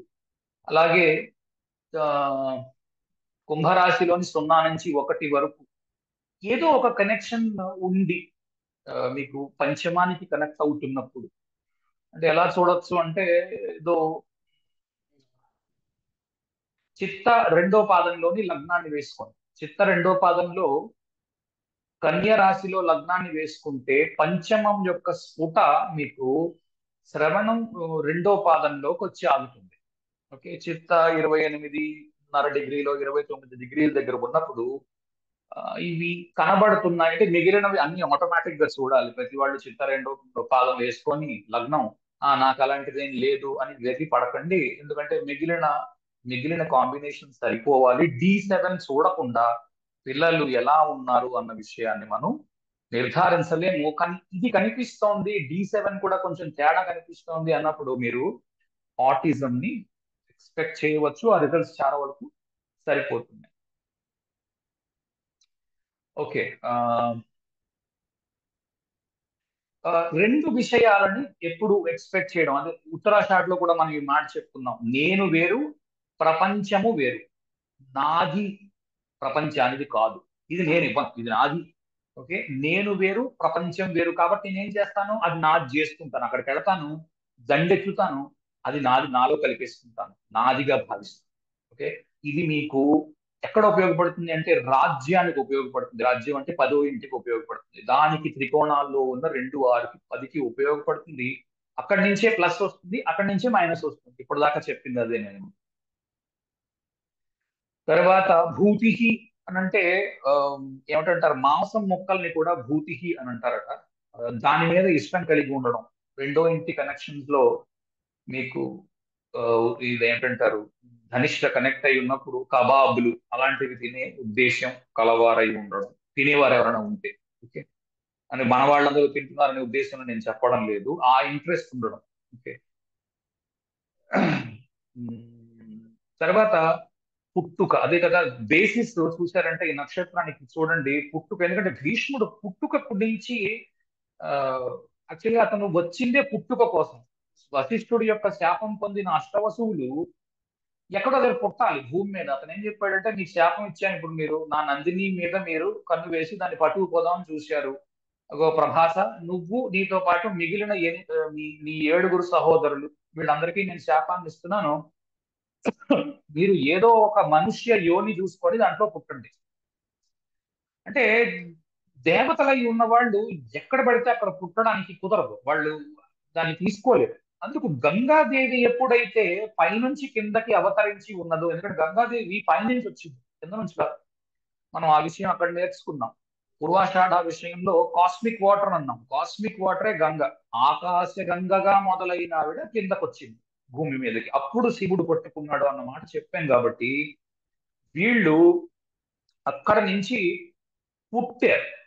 సో బర్త్, పుట్టడము, మళ్ళా ఇప్పుడు ఆత్మావై పుత్రనామాసి అంటారు. అంటే మనము ఇక్కడ ఎప్పటికీ ఉండలేక మనం మన పిల్లల్ని కని వాళ్ళు ఇక్కడ ఉండేటట్టు చూసుకుని మనం పైకి వెళ్ళిపోతూ ఉంటాం. ఇది మనిషి యొక్క సైకిల్. కనుక మనమే మన పిల్లాడుగా భూమి పైన మరల సంచరిస్తూ ఉంటాము అన్నది లోకోక్తి. లేదా ఆర్యోక్తి అనుకోండి. మన లోకోక్తి అంటే పూర్తిగా అందరూ హిందువులే ఉన్నారా అంటున్నారు ఈ మధ్యన, ఎందుకు వచ్చిన గొడవ. సో ఆర్యోక్తి అనుకుంటాం. అయితే ఈ క్యాపబిలిటీ టు గివ్ బర్త్ అంటారు. అంటే మరలా తను ఇక్కడ ఉండే ఉద్దేశం లేని వాళ్ళ అన్నమాట. నేను శాశ్వతంగా పైకి వెళ్ళి ఉండిపోదాం అనుకున్నాడు భీష్ముడు. ఓకే, జాగ్రత్తగా గమనిస్తే మీకు అర్థమవుతుంది. అందరూ ఇలా చేయడానికి కుదరదు, ఇలా చెయ్యకూడదు. ఓకే, కానీ విపరీతమైన స్పిరిచువల్ ప్రోగ్రెస్ ఉండి కొందరు చేశారు ఇలాంటివి, వాళ్ళని మనం ప్రశ్నించకూడదు. అంటే ఏదో స్వామి వివేకానంద ఉన్నారు వాళ్ళంటి వాళ్ళని, లేకపోతే రమణ మహర్షి ఉన్నారు, చాగంటి వారు చాలాసార్లు చెప్పుకుంటారు, అలాంటి వాళ్ళని మనం ప్రశ్నించకూడదు. ఆ, మామూలు మనుషులు మనలాంటి వాళ్ళు ఎవరు, నేను పెళ్లి చేసుకోనని, పిల్లల్ని కననని అలాంటివి అనరాదు. ధర్మశాస్త్రం దానికి ఒప్పుకోదు. ఆ ఏదైనా సరే డబ్బు సంపాదించడానికి ఉపయోగపడడానికి ఈ నక్షత్రం ఫస్ట్ ఉంటుంది. ఓకే, లాభము, ఎందుకంటే లాభం కదా. ఏదైనా ఇప్పుడు వ్యాపారం చేసావు, ఉద్యోగం చేసావు, ఆఖరికి ఇంటికి ఎంత తెచ్చావు దాని మీద ఉంటుంది నీ జీవితం. నేనండి పెద్ద ఆఫీసర్ చేశానండి, ఇంటికి మాత్రం రోజు 10 రూపాయలు తెచ్చేవాడిని అంటే ఎవరు హర్షిస్తారు? ఏమీ ఉపయోగం లేదు. బాగా డబ్బు సంపాదించానండి అంటేనే భూమి మీద ఉపయోగం. ఓకే, తర్వాత ఇంకా కొన్ని చిన్న చిన్న విషయాలు ఉన్నాయి. ఒక్కటి మాత్రం బాగా కనిపించింది భీష్ముడు విషయంలో, ఏంటి అంటే అంతటి పరాక్రమశాలి అయి ఉండి కూడా ఆ ఏమంటారు ఈ అదే సినిమా, అది బాహుబలి సినిమాలోని కట్టప్పలాగా, కట్టప్పని జాగ్రత్తగా మీరు భీష్ముడులోకి పరకాయ ప్రవేశం చేయించండి, లేకపోతే భీష్ముడిని కట్టప్పలోకి పెట్టండి. ఊరికే తెలుసుకోవడం కోసం మాత్రమే చెప్తున్నాను సుమా. అంటే దాన్ని ఏదో నేనేదో భీష్ముడిని కిందకి తీసుకొస్తున్నాననే ఉద్దేశంలో ఉండకండి. ఏదో ఒక ఆర్మీ కమాండర్, ఇప్పుడు కట్టప్ప అన్న వ్యక్తి బానిస వాళ్ళ, వెళ్ళి ఆర్మీ కమాండర్ లాగా వెళ్ళి వాళ్ళు ఏం చేయమంటే ఆ రాజ్యం మీద దండెత్తి వాళ్ళని కావాలంటే చంపేసి ఆ రాజ్యాన్ని వీళ్ళ రాజ్యంలో కలిపేయగలడు. కానీ ఆఖరికి పరిపాలిస్తున్నది ఎవరు? ఆ పైన ఉన్న బాహుబలి. జాగ్రత్తగా పట్టుకుంటున్నారు అనుకుంటున్నాను నేను. కనుక ఎంతో కొంత బానిసత్వం ఉండడం, తాను సంపాదించిన డబ్బు మీద ఖర్చు పెట్టుకోగల అర్హత తనకు లేకపోయి ఉండడము, లేదా కలిగి ఉన్న డబ్బుని ఖర్చు పెట్టకుండా ఆశ్లేషలాగా, ఆశ్లేషలో ఉన్న పాములు ఏం చేస్తున్నాయి? ధనము కనబడి ఉన్నది, పాములు వాటిని ఎప్పుడు సంరక్షిస్తూ ఉంటాయి. పాములు సంరక్షిస్తున్న ధనము, ఇంతకు ముందు కూడా చెప్పిన విషయం ఏమిటి అంటే, మన ఏమిటి తిరువనంతపురంలోని ఉన్న కేరళలో ఉన్న కోవిల కూడా మనం మాట్లాడుకున్నాం. అక్కడ నాగబంధాలు అవి వేసి ఉన్నాయి, ఆశ్లేషలో ఇదంతా చెప్పాను. నాగబంధాలు వేసి ఉన్నవి ఏం చేస్తాయి? తరాలు మారుతూ ఉంటాయి. నాగదేవతలు ఏం చేస్తాయంటే కాపాడి ఆ ధనాన్ని తిరిగి తన యొక్క పిల్లలకు అప్పచెప్తాయి తప్ప వాళ్ళు ఏం వాడుకో. ఆశ్లేషలో ఎలాగైతే మీకు కనబడుతోందో, ఎందుకంటే మీరు ధనిష్ట నుంచి 7వ ఇల్లు చూడండి, మకరం నుంచి 7వ ఇంట్లో ఆశ్లేష ఉంది. ఓకే, ఏదో ధనిష్టలో 1వ పాదంలో మీరు లగ్నం వేసుకున్నారు అనుకోండి, ఎదురుగుండా మీకు ఆశ్లేష 3వ పాదంలోని సప్తమం కనబడుతుంది. ఆశ్లేష 3వ పాదం ధనిష్ట 1వ పాదాన్ని చూస్తూ ఉంటుంది. జాగ్రత్తగా పట్టుకుంటే అర్థమవుతుంది. ఇంకా ఫస్ట్ లో ఉన్న వాళ్ళు గళ్ళు తీసుకుని ఎదురుగుండా వేసుకు చూసుకోండి. దాన్ని బట్టి ఏం తెలుస్తుందంటే ఆశ్లేషలోని కొన్ని లక్షణాలు కూడా దీంట్లో బాగా కనిపిస్తాయి. వీళ్ళు కూడా ఏం చేస్తారంటే డబ్బు దస్తం దాచిపెడతారు, ఖర్చు పెట్టడానికి ఇష్టపడరు. ఇది ఉత్తరాషాఢలోని చెప్పుకున్నాం ఈ మాట. ఇక్కడ శ్రవిష్ట ధనిష్టలో కూడా మీకు ఖర్చు పెట్టడానికి ఇష్టపడరు. ఓకే, ఎందుకంటే వాళ్ళు ఏదో నంబర్ రాసుకుంటారు, 10 సంవత్సరాలకి ఇన్ని కోట్ల డబ్బు చేసి పెట్టాలి అన్నది. ఎందుకంటే ఇది కూడా మీకు వసు అన్న దాంతో మొదలైంది కాబట్టి, వసు అన్నది కనబడుతున్నప్పుడు డబ్బు సంపాదన, డబ్బు దాచడం. నాగ్ అన్నది కూడా ఉంది కాబట్టి సంపాదన, దాచడం. భీష్ముడు ఏం చేశాడు? అక్కడ గెలిచాడు, ఇక్కడ తీసుకొచ్చాడు, కలిపేశాడు, ధనాగారాన్ని నింపుకుంటూ వెళ్ళిపోయాడు, పెంచుకుంటూ వెళ్ళిపోయాడు తన యొక్క రాజ్యాన్ని. జాగ్రత్తగా గమనిస్తే తెలుసు. సరే, అష్టవసువులు, గంగా, శాంతను మహారాజు. ఓకే, అష్టవసువులు, గంగా శాంతను మహారాజు కథ కూడా ఇంతకు ముందు నేను చెప్పాను. క్లుప్తంగా ఒక 15-20 నిమిషాల్లో చెప్పడానికి ప్రయత్నం చేస్తాను. అష్టవసువులు ఆ, రకరకాల చోట్ల రకరకాలుగా మనకి కనిపిస్తారు. పేర్లు వేరే వేరేగా ఉంటాయి. ఇప్పుడు నేను చెప్తున్నదే పేరు అని అనుకోవడానికి లేదు, మరో చోట మరో పేర్లతో ఉండవచ్చును. కానీ ఇవి ఆ, ఒకరు పాత్ర, ఆ పాత్రలోని భాగము ఇంకొకళ్ళై ఉంటారు. ఎలాగో చెప్తాను. భూమి ఉన్నది. సైన్స్ చదువుకున్న వాళ్ళందరికీ తెలుసు, భూమిని తవ్వుకుంటూ కిందకి వెళ్ళిపోతే లోపల లావా ఉంది కదా. లావా మ్యాంటిల్ అంటారు, కోర్ అంటారు. దాంట్ లోపల లావా ఉంటుంది. ఏమంటారు, లిక్విడ్ లావా అంటారు. అది దాంట్లో నుంచి మీకు అవి వోల్కానోస్ అవి పగిలి బయటికి లావా వస్తుంది. కనుక భూమి లోపల ఉన్నది అన్ని ఏమిటంటారు, అనలము, దావానలము అన్న దాంట్లోని అనలము అన్నమాట. అనలము అంటే ఫైర్. అలాగే నీరు, వరుణుడు. ఓకే, అలాగే ఆకాశము, గాలి. ఆకాశంలో గాలి ఉంది, ఆకాశము పాత్ర అయింది, గాలి అందులోని ఉంటోంది, నివసిస్తోంది. వసు, నివాస, వసు అన్న పేరుకి వాసము, వసువు అంటే నివాసం ఉండడం. ఎక్కడ ఉంటున్నారు మీరు అంటే భూమి మీద ఉంటున్నాం. మీకు అడ్రస్ ఎక్కడ అంటే భూమి మీద ఉన్న చోటే చెప్పగలరు, మరో చోటకి అడ్రస్ చెప్పలేరు. ఎందుకు, వసువు అంటే ఉండడము అని అర్థం. ఓకే, వాసము, నివాసము అలా వాటిలోంచి వచ్చాయి. అలాగే వాసుదేవుడు కూడా అక్కడి నుంచే వస్తుంది, ఎందుకంటే అతనిలోని మనం ఉంటున్నాం కాబట్టి వాసుదేవుడు. ఓకే, నందిని తీసుకెళ్ళిపోదాం అనుకున్నారు, వశిష్ఠుడు శాపం ఇచ్చాడు. తర్వాత గంగాదేవి, శాంతన మహారాజు కలిశారు, వాళ్ళిద్దరికి పిల్లలు పుట్టడం మొదలు పెట్టారు. మొదటి 7గురిని గంగాదేవి తీసుకొని వెళ్ళి ఒకళ్ళ తర్వాత ఒకళ్ళకి గంగలో కలిపేస్తూ వచ్చింది. ఓకే, దీనివల్ల మనం ఏం తెలుసుకోవచ్చును అంటే, ఒకటి అబార్షన్స్, మిస్క్యారేజెస్. ఓకే, ఇవి కూడా మీకు ఇక్కడ నుంచి కనిపించవచ్చు. ఫిఫ్త్ కనెక్షన్ ఉండాలి. ఓకే, ఉత్తినే చంద్రుడిని ధనిష్లో వేసుకుని అవార్షన్ వస్తుందని పిచ్చి ఆలోచనలు చేయకూడదు.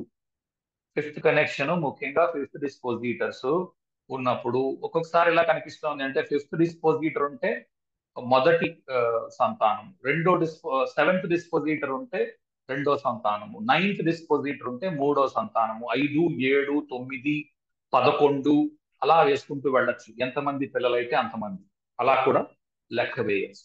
ముఖ్యంగా పంచమం కనెక్షన్ లో ఉన్నప్పుడు మాటి మాటికి అబార్షన్స్ జరగడము. ఎలా చూస్తాం, కన్ఫర్మేషన్ ఏం చేయాలి, D7 ఖచ్చితంగా చూడాలి. ఆ చూడకుండా చెప్పడము కుదరదు. ఓకే, అంతేకాని ఏదో పంచమంలో వేసుకొని ఏదో ఆటిజం వచ్చేస్తుందనో లేకపోతే ఇంకోటి ఏదో అయిపోతుందనో వెర్రిలో ఉండకండి దయచేసి. ఎందుకంటే చాలా మంది D1 చూసి వెంటనే ఏదో చెప్పేస్తున్నారు, ఏదో ఫలితం వచ్చేస్తుందని. అలా రాదు, అలా రాదు. ఎందుకంటే నేను 25 ఏళ్ల నుంచి జాతకాలు చూస్తున్నాను. అలా చూసేటట్టుగా ఉంటే, అలా అయ్యేటట్టుగా ఉంటే లోకంలో ఓన్లీ 12 రకాల వ్యక్తులే ఉంటారు. ఇంతమంది వ్యక్తులు, ఇన్ని జాతకాలు, ఇన్ని రకాలుగా ఉండదు. ఈ మాత్రం తెలిసి ఉండాలి ఈ పాటికి. ఓకే. ఉమ్.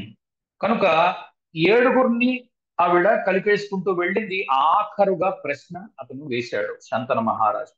ప్రశ్న వేయడం ఏంటి, గంగాదేవి నేను వెళ్ళిపోతున్నాను, ఇదిగో నీ బిడ్డని నేను కొద్ది రోజులు నా దగ్గర ఉంచుకుని విద్యాబుద్ధులు నేర్పిన తర్వాత యవ్వనవంతుణ్ణి చేసి నేను నీకు అప్పగిస్తాను, నేను గంగాదేవిని అన్న విషయాన్ని ఆవిడ చెప్పింది. అంతవరకు ఆవిడ ఏం చెప్పిందంటే, నేను అడిగి ఏ ప్రశ్న నన్ను వేయకూడదు, నువ్వు నాకు ఏ ప్రశ్న వేయకుండా ఉన్నంత సేపు నేను నీతో ఉంటా, నాకేం ఇబ్బంది లేదు. నన్ను చూసావు, నా అందాన్ని చూసి మోహించావు, నేను నీ వేరు ఉందాం అనుకుంటున్నాను, సరే నన్ను పెళ్లి చేసుకో. చేసుకున్నాం. సో దీంట్లోంచి ఇంకోటి ఏం కనిపిస్తుంది, సెవెంత్ కనెక్షన్స్ లో ఉన్నప్పుడు ఏమంటారు, కండిషన్స్ తో కూడుకున్న మ్యారేజ్. మీకు ఇదే విషయము పూర్వాషాఢలో కూడా గంగాదేవి ఉంది కనుక అక్కడ కూడా ఇది కనిపిస్తుంది. ఈ కండిషన్స్ కి ఒప్పుకుంటేనే పెళ్లి. అది నేను మీకు ఎలా చెప్పానంటే, పెళ్లి పుస్తకం సినిమాలోని రాజేంద్ర ప్రసాద్ దివ్యవాణి ఆ స్టోరీ చెప్పాను నేను మీకు. ఓకే, సో పెళ్లి జరగాలి అంటే మీకు ఫర్ ఎగ్జాంపుల్ నాకు ఒక ఎగ్జాంపుల్ గుర్తొస్తుంది. ఎక్కడ చూసానో ఎక్కడ విన్నా నాకు గుర్తులేదు కానీ, భర్తకి ఏవో అలవాట్లు ఉన్నాయి అనుకుందాం, ఏదో తాగుడో సిగరెట్లో ఏవో ఉన్నాయి. నువ్వు ఇవన్నీ మానేస్తేనే నేను నీతో ఉంటాను అని ఏనాడో చెప్పింది అనుకుందాం మొదట్న. ఇతను సరే నేను ఒక 6 నెలల్లో మానేస్తాను అని ఏదో చెప్తాడు. 6 నెలలు అయిపోతుంది, కంటిన్యూ చేస్తున్నాడు అనుకోండి. వెంటనే ఇల్లు ఒడిచిపెట్టి వెళ్ళిపోతుంది. ఒక్కసారి చెప్పడానికి ప్రయత్నం చేస్తుంది. ఆ తర్వాత అంటే దానికి మిగిలిన కాంబినేషన్స్ చూడండి. ఆవిడ వెళ్ళిపోవాలి అంటే D9 చూడాలి. ఊరికే వేసుకుని ఏడో ఇంటి కనెక్షన్ వచ్చింది ఆవిడ వెళ్ళిపోతుంది అని అనుకోకండి. ఓకే, ఎప్పుడు నిలబడుతుంది ధనిష్టలో పెళ్లి? ఆ అవతల వ్యక్తి పెట్టిన కండిషన్స్ కి జాతకుడు ఒప్పుకున్నప్పుడు అది పాటిస్తూ ఉన్నంతసేపు పెళ్లి నిలబడి ఉంటుంది. ఇది ఒక కండిషన్ గా మీకు కనిపించవచ్చు, ఎందుకంటే శంతన మహారాజుకి గంగాదేవికి అటువంటిది ఉన్నది కనుక. సరే, విద్యాబుద్ధులు నేర్పించిన తర్వాత భీష్ముడి అసలు పేరు దేవవ్రతుడు. దేవవ్రతుడు అనే పేరుతోని అతను ముందు పుట్టాడు. విద్యాబుద్ధులు నేర్పించిన తర్వాత అతను ఎప్పుడైతే భీష్ముడు తండ్రిని చేరుకున్నాడో ఆ తర్వాత అతను భీష్ముడయ్యాడు. ఆ స్టోరీ అందరికీ తెలుసు. సో ఒకటి, తల్లి తండ్రి విడిపోవడం. ఓకే, లేదా తల్లి వెళ్ళిపోవడం లేదా తండ్రి వెళ్ళిపోవడం, సింగిల్ పేరెంట్ తో పెరిగిన కొడుకై ఉండడం. ఓకే, ఇది కూడా కనిపించవచ్చు.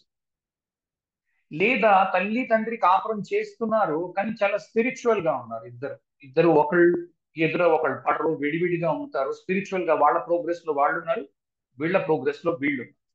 లేదా తండ్రి ఎక్కడో వేరే ఊర్లో ఉద్యోగం చేస్తున్నాడు, తల్లి ఇక్కడ పిల్లల్ని పెంచుతోంది. ఇది కూడా కనిపించవచ్చు. చాలా కాంబినేషన్స్ ఉన్నాయి. అన్ని రాసేనో లేదో నాకు తెలియదును, కానీ నేను చెప్పడానికి ప్రయత్నం చేస్తున్నాను. వెనక్కి వెళ్ళి ఇది కూడా చదవండి. అందరికీ ఆ మాత్రం ఈ మాత్రం ఇంగ్లీష్ వచ్చు కాబట్టి అందరూ వెనక్కి వెళ్ళి ఇందులో చదవండి. ఒకటి, ఈ జాతకుడికి తల్లి పట్ల విపరీతమైన ప్రేమ ఉండడము లేదా అసలు ప్రేమ లేకపోవడం. సేమ్ ఆశ్లేష లాగే, ఆశ్లేషలో కూడా మీకు ఇది కనిపిస్తుంది. తల్లి చాలా స్ట్రిక్ట్ గా ఉండడము. ఎందుకంటే చూడండి, ఆశ్లేషలో తల్లుల కథ, నాగదే వినతా కద్రువుల కథ ఎలాగైతే ఉందో అదే నీకు కనిపిస్తుంది గంగాదేవితో కూడా. ఆవిడ తీసుకొని వెళ్ళి ఆవిడ కూర్చోబెట్టి భీష్ముడికి విద్యాబుద్ధులు నేర్పించి యవ్వనవంతుడు అయిన తర్వాత ఇతని దగ్గరికి తీసుకొచ్చి శంకర మహారాజుకి అప్పగించింది. సో తండ్రి వేరే ఊర్లో ఉద్యోగం చేస్తూ ఉండడము లేదా ఇద్దరు విడిపోయి ఉండడము, ఒక్క పేరెంటే ఉండడము, ఒకళ్ళు వెళ్ళిపోయి ఉండడము, ఇలాంటివి కూడా మీకు కనిపించవచ్చు. Born as Devavrata. అతను పుట్టినప్పుడు అతని పేరు భీష్ముడు కాదు, దేవవ్రతుడు. ఓకే, దేవవ్రతుడు అంటే దేవానాం వ్రతంచ. ఓకే, దేవానాం మళ్ళీ చూడండి, విశ్వేషాం దేవానాం మనం ఉత్తరాషాఢలో నేర్చుకున్నాం. అదే పేరు ఇక్కడ పెట్టారు, ఉత్తరాషాఢ పేరు పెట్టారు. ఓకే, ఉత్తరాషాఢలో మనకి ఏం కనిపిస్తుంది? ఒకటి, పెళ్లి జరగడం కష్టం అవడం, పెళ్లికి ఎవరో ముందుకు రాకపోవడం, లేదా నేను పెళ్లి చేసుకోను అనడం. ఇవన్నీ మనకు ఉత్తరాషాఢలో మనం చూసాం. విశ్వేషాం దేవానాం కారణం ఏంటంటే పార్వతీదేవి శాపం ఉంది. ఓకే, సో కొంత బ్రహ్మచర్యం ఉండడం, లేదా పెళ్లి అంతా బాగానే ఉంది అనుకుంటే కొంత వయస్సు పెరిగిన తర్వాత బ్రహ్మచర్యం రావడం ఫోర్స్డ్ గా. అంటే వేరే ఊళ్ళో ఉద్యోగం చేయడం వల్ల బ్రహ్మచర్యం ఉండడం, లేదా భార్య వెళ్ళిపోవడం వలన భర్త వెళ్ళిపోవడం వలన బ్రహ్మచర్యం రావడం, లేదా డివోర్స్ తీసుకోవడం వల్ల బ్రహ్మచర్యం రావడము, ఇవన్నీ మీకు ఇక్కడ కనిపిస్తాయి. ఓకే, సో ఇది పర్టికులర్ గా చెప్పాలి, ఒక ముక్కలో చెప్పాలి అంటే పెళ్లికి పిల్లలకి ఈ నక్షత్రము అంత మంచిది కాదు, ఇది అర్థం. అంతేగాని చంద్రుణ్ణి ధనిష్లో వేసుకొని వెంటనే పెళ్లికి మంచిది కాదు అనే ఉద్దేశంలో ఉండకండి. మీ నక్షత్రం చంద్రుడు అంటే మీ నక్షత్రం ధనిష్ట అయినంత మాత్రాన, మీ జన్మ నక్షత్రం ధనిష్ట అయినంత మాత్రాన ఏదో అయిపోతుంది అనే ఉద్దేశంలో దయచేసి ఉండవద్దు. ఇలాంటి ఎవరైనా ప్రచారం చేస్తున్నారంటే అది తప్పు, అలా చెయ్యవద్దు. ఓకే, ఇది మనం ఒక్కొక్క ఇంటికి చూసుకుంటున్నప్పుడు సెవెంత్ కనెక్షన్స్ లో వచ్చినప్పుడు పెళ్లిని, ఫిఫ్త్ కనెక్షన్ లో వచ్చినప్పుడు పిల్లల్ని చూపిస్తోంది. అక్కడ ఎంతో కొంత ఇబ్బంది ఉండడానికి ఎక్కువ అవకాశాలు ఉన్నాయి. కానీ D1 పూర్తిగా చూడాలి, D9 పూర్తిగా చూడాలి. చూడకుండా ఏదో ఒక ముక్క పట్టుకుని దాన్ని ఊగిసలాడి అది అయిపోతుంది అని అనుకునే ఉద్దేశంలో హాఫ్ నాలెడ్జ్ అంటారు. వాటిల్లో ఉండి ఊగిసలాడి త్రిశంకు స్వర్గంలో ఉన్నవాడిని ప్రపంచంలో ఎవడు బాగు చెయ్యలేడు. అలాంటి విషయాల్లో ఉండకండి. నా మాటలు కొంచెం కటువుగా ఉంటే క్షమించండి. ఉద్దేశ్యం మాత్రం అందరికీ మంచి జరగాలి అన్నది నా ఉద్దేశం. ఓకే. సో కాన్స్టెంట్ గా సంపాదించిన డబ్బునంతా తీసుకొని వచ్చి కాపాడుతూ ఉండడము, ఆ, మొదట విచిత్ర వీర్యుడికి, ఆ తర్వాత ధృతరాష్ట్రుడికి, ఆ తర్వాత ఆ ఇతని పేరేమిటి, దుర్యోధనుడికి, ఆ తర్వాత ధర్మరాజుకి ఎలాగో అప్పగించడం అనుకుందాం. అలాగే వరుసగా జనరేషన్స్ కాపాడుకుంటూ, తరతరాలు కాపాడుకుంటూ, ఒకరి తర్వాత ఒకరికి సేనానిగా మాత్రమే వ్యవహరించాడు భీష్ముడు. ఇక్కడ కూడా మీకు అలాంటిది కనిపిస్తుంది. అంటే డబ్బు సంపాదించే యంత్రం అయి ఉంటాడు ఈ మనిషి. డబ్బు సంపాదన తప్ప మరి ఇంకేం తెలియదు. ఓకే. ఆ, ఇంకొకటి, తనని వేరే మనిషిగా పెట్టుకోవడం. ఈ విశ్వే దేవతలకు ఉన్న పెద్ద ఇబ్బంది ఏంటంటే, అతను ఈ విశ్వే దేవతలు విష్ణువు కాలేకపోయారు. ఎందుకంటే అందరూ కలవలేదు, ఒక్కొక్కళ్ళు విడివిడిగా ఉన్నారు. అది లాస్ట్ టైం కూడా చెప్పాను. నేను శివుడినండి, నేను విష్ణువునండి, నేను బ్రహ్మనండి, నేను అల్లానండి, నేను జీసస్ నండి అని అన్నారు అనుకోండి, మీరు ఒకళ్ళతో ఒకళ్ళు కొట్టుకుంటారు. చూడండి, మా దేవుడు గొప్ప అంటే మా దేవుడు గొప్ప, మా దేవుడు గొప్ప అంటే మా దేవుడు గొప్ప.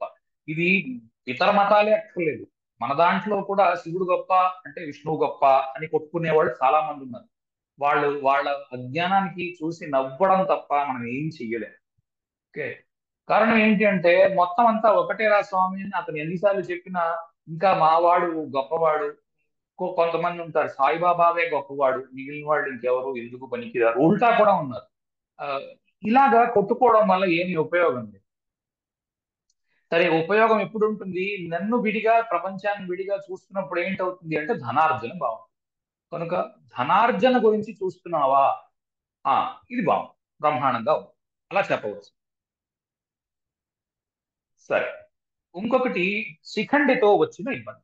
శిఖండిని అడ్డు పెడితే తప్ప భీష్ముడు వెళ్ళిపోలేదు. కనుక వీళ్ళకి కొంత ఈ యూనక్స్ అంటారు, అంటే ఈ త్రిలింగం, మూడవ లింగం ఉన్న వ్యక్తులతోని ఇబ్బంది ఉండడము. తర్వాత లేదా ఒకరు ఇద్దరితో నీ యొక్క పార్ట్నర్షిప్ సాగుతోంది, ఎవడో అసలు సంబంధం లేని వ్యక్తి బయట నుంచి వచ్చి ఒక పుల్ల పెట్టడం దాంట్లో, అది కూడా కనిపించవచ్చు. అంటే ఏదో మూడు పెళ్ళాం ఉన్నారు, వాళ్ళిద్దరి మధ్యన ఏదో సంసారం సాగుతోంది, మూడో వ్యక్తి ఎవరో దూరి దాంట్లో ఒక పుల్ల పెడతారు. అలాంటిది కూడా మీకు ఇక్కడ కనిపించవచ్చు. తర్వాత ఇంకొకటి ఏంటి అంటే, కుజుడు కూడా విపరీతమైన భక్తి ఉన్న వ్యక్తి. కుజుడు అందుకే భక్తి తత్పరతతో కూడిన భీష్ముడి యొక్క నక్షత్రంలోని మీకు ఎగ్జాల్ట్ అవుతున్నాడు, అక్కడ వచ్చి పొందుతున్నాడు. కనుక మీకు దీంట్లో భక్తి మాత్రం కనబడుతుంది. ఓకే. అంటే భక్తి లేని వాళ్ళు ఏథీయిస్టులు దీంట్లో ఉండరా అంటే అంటే ఉంటారు. వాళ్ళకి ఏమిటి ఏథీయిస్టులకు కావాల్సింది? డబ్బు సంపాదన, అదే భక్తి, తప్పేం లేదు దాంట్లో. ఓకే. నాలుగు పురుషార్థాల మీద తెలిసి ఉండడం, ఇందాక కిందటి వారం చెప్పిన ఏంటంటారు, శ్రవణ నక్షత్రంలోని, శ్రవిష్ఠలోని, రెండిట్లోని నాలుగు పురుషార్థాల మీద మంచి అవగాహన కలిగి ఉండడం. ఏది చేస్తే ధర్మము, ఏది చేస్తే అధర్మము, వాటి గురించి తెలిసి ఉండడం. మంచి వాక్శుద్ధి దీంట్లో కూడా కనిపిస్తుంది. బాగా అందంగా మాట్లాడగలిగే వ్యక్తులు మీకు ఇక్కడి నుంచి కూడా కనిపిస్తారు, ఆ ధనిష్ఠ నుంచి కూడా. ఓకే. ఇంకేముంది? ఓకే. Mars exaltation. ఓకే, కుజుడు ఈ నక్షత్రంలో ఉచ్చ పొందుతున్నాడు. మళ్ళీ నేను చెప్పే విషయం ఏమిటి అంటే, నక్షత్రములోని గ్రహము ఉచ్చ పొందినప్పుడు D1 చక్రాన్ని చూసుకొని ఫలానా గ్రహం ఏదో ఉచ్చలో ఉందని సంకలు గుద్దుకోవద్దు. అది నిజానికి అలాగ పనిచేయదు. ఇది ఎలా పనిచేస్తుంది అంటే, కుజుడి యొక్క లక్షణాల్ని ఒక పక్క రాయండి, నక్షత్రము యొక్క లక్షణాల్ని ఒక పక్క రాయండి. కుజుడు లక్షణాలు నక్షత్రము యొక్క లక్షణాలు ఎగ్జాక్ట్లీ మ్యాచ్ అయితే, సేమ్ టు సేమ్ ఉంటే కుజుడు అక్కడ ఉచ్చ పొందుతున్నాడు అని అర్థం, అంతే. కానీ కుజుడు అక్కడికి వెళ్ళినప్పుడల్లా ఆనందంగా ఉంటాడు అనే ఉద్దేశంలో దయచేసి ఉండకండి. కొంతమంది ఇలాంటి ఉద్బోధనలు చేస్తున్నారు, తప్పు. మీ లగ్నాన్ని బట్టి కుజుడు ఎక్కడ ఉన్నాడో చూసుకోండి. ఉచ్చలో ఉన్నాడా, ఎలా ఉన్నాడా అన్నది చూడవద్దు. కుజుడు ఏ నక్షత్ర, ఏ లగ్నాలు ఏమంటారు, ఏ ఇళ్లని పరిపాలిస్తున్నాడు, ఎవరిని డిస్పోజిట్ చేస్తున్నాడు చూసుకొని అప్పుడు ఫలితాన్ని ఇవ్వండి. తప్ప ఏ గ్రహమైనా, గురువు ఉచ్చలో ఉన్నాడు సంకలు గుద్దుకోవద్దు, శని ఉచ్చలో ఉన్నాడు సంకలు గుద్దుకోవద్దు, అలాగే నీచలో ఉన్నాడు బాధపడవద్దు. ఏమి జరగదు. నిజానికి నీచలో ఉన్నవాడికి బ్రహ్మాండమైన రాజయోగాలు 3 మందికి ఉన్నాయి. అంటే అలా అనగానే మళ్ళీ ఏదో నీచభంగ రాజయోగం అంటారు. అలాంటివి ఏమి పెట్టుకోకండి, అలాంటివి ఏమి ఉండవు, అలాంటివి ఏమి పని చేయవు. సరే, 28 డిగ్రీస్లోని కుజుడు ఉచ్చ పొందుతున్నాడు. 28 డిగ్రీలో ఉచ్చ పొందుతున్నాడు. ఇది ఫస్ట్ పాదంలోకి వస్తుంది, ధనిష్టలోకి. ధనిష్టలో ఫస్ట్ పాదం చూడండి. మేషం, సారీ, మకరంలో ఉంటుంది D1లో, D9లోనేమో సింహంలో ఉంటుంది. ఒకదాని నుంచి ఒకటి అష్టమంలో ఉంటాయి, షష్టాష్టమం అంటారు. కాబట్టి యుద్ధము యొక్క అంతము, యుద్ధం యొక్క అంతం. దానివల్ల జీవితంలో వచ్చిన మార్పు, 8వ ఇల్లు మార్పుని సూచిస్తుంది. దానివల్ల జీవితంలో వచ్చిన మార్పు. ఓకే, ఇదే చూసుకుంటూ ఉంటారు. యుద్ధం గెలిచాం, జీవితంలో మార్పు వచ్చింది. యుద్ధం ఓడిపోయాం, జీవితంలో మార్పు వచ్చింది. ఓకే, ఇదే చూసుకుంటూ ఉంటారు.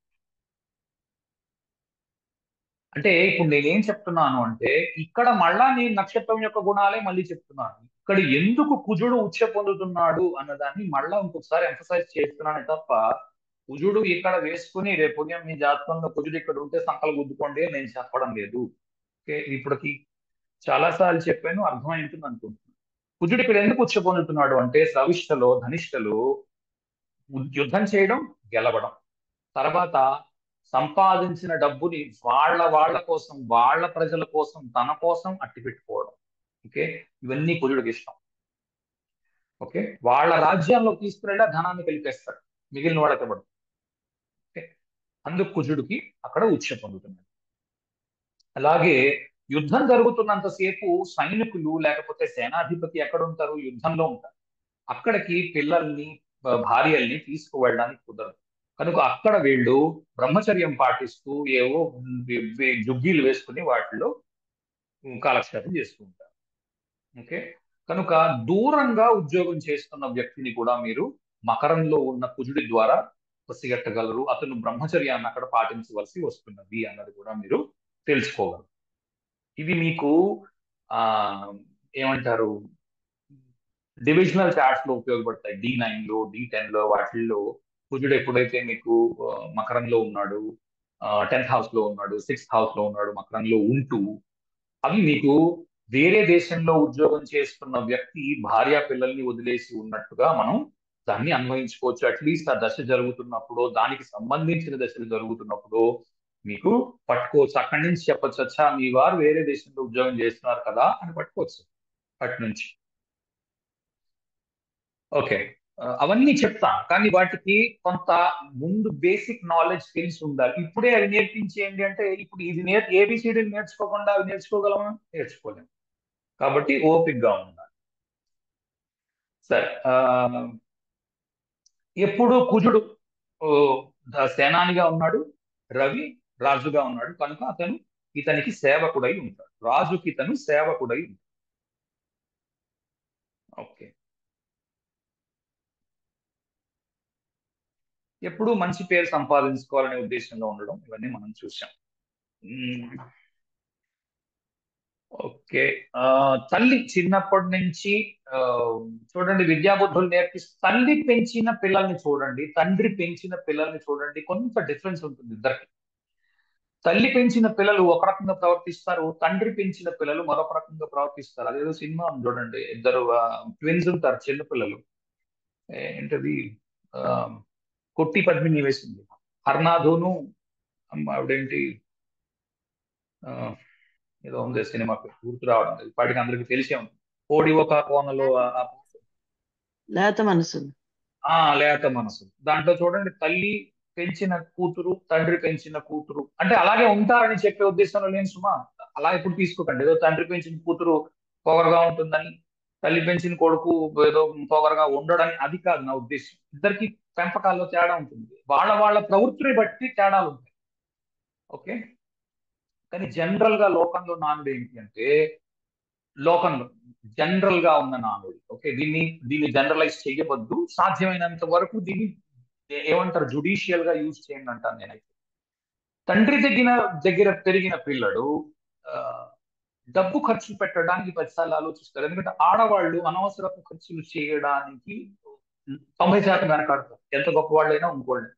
మగవాళ్ళు అలా కాదు, బయట వెళ్తారు, రోడ్డు మీదకి ఆటో ఎక్కాలంటే ఆటో ఎక్కుతారు, ఏదో అలవాటు ఉన్న వాళ్ళకి ఏవో అలవాటు ఉంటే అవి వాటి మీద ఏవో కొన్ని ఖర్చులు చేస్తారు, సాదర ఖర్చు అంటారు వాళ్ళు. లేకపోతే ఈ ఆడవాళ్ళకి ఏమి ఉండదు, ఎందుకంటే కూరలు పళ్ళు భోజనం అని కూడా మగాడు తీసుకుని వచ్చి ఇంట్లో పాతకాలం గురించి మాట్లాడుతున్నాం, ఈవేళ సంగతి కాదు. ఓకే, కాబట్టి దీన్ని అందుకే అంటున్నాను, జుడిషియల్ గా వాడండి, జాగ్రత్తగా ఆలోచించి వాడండి, అవతల వాడిని ఇబ్బంది పెట్టేటట్టు కాకుండా. తల్లి పెంచిన పిల్లలకి డిఫరెన్స్ ఏముంటుంది అంటే కొంత ఆ, ఈ ఈ పొదుపు బాగా అలవాటు ఉండడం. ఓకే, రెండవది డబ్బు అంటే చాలా జాగ్రత్తగా చూడాలి, రూపాయి పాపాయిలాగా చూడాలి అన్నది కూడా చాలా వరకు నేర్పిస్తారు. ఇది నానుడి మాత్రమే, అలాగే ఉంటుందని చెప్పలేము. ఇంకా ఇప్పుడు రాబోయే కాలంలో ఇంకా పూర్తిగా మారవచ్చు. కానీ జనరల్ స్టేట్మెంట్ ఏంటి అంటే అలా ఉండడానికి అవకాశాలు ఉన్నాయి. సరే. తల్లిదండ్రులు ఇందాక చెప్పినట్టుగా శాంతనుడు గంగాదేవిలాగా ఒకటే వెళ్ళిపోయి ఉండొచ్చు, ఒకళ్ళే పెంచుతూ ఉండొచ్చు, రెండో మనిషి లేకపోయి ఉండొచ్చు, లేదా డివోర్స్ లో ఉండొచ్చు, లేదా ఏవో కండిషన్స్ పెట్టి ఆ కండిషన్స్ ఓకే అవడం వల్ల మాత్రమే ఇద్దరు కలిసి ఉండొచ్చు, లేదా ఇద్దరు కంప్లీట్ గా ఏమంటారు ఉత్తర ధ్రువానికి ఒకళ్ళు దక్షిణ ధ్రువానికి ఒకళ్ళు ఉన్నారు, వేరే వేరే కంట్రీస్ లో ఉన్నారు, ఉద్యోగాలు చేసుకుంటున్నారు. జనరల్ గా నేను ఇక్కడ చూసింది ఏంటి అంటే తల్లి యొక్క పెంపకం.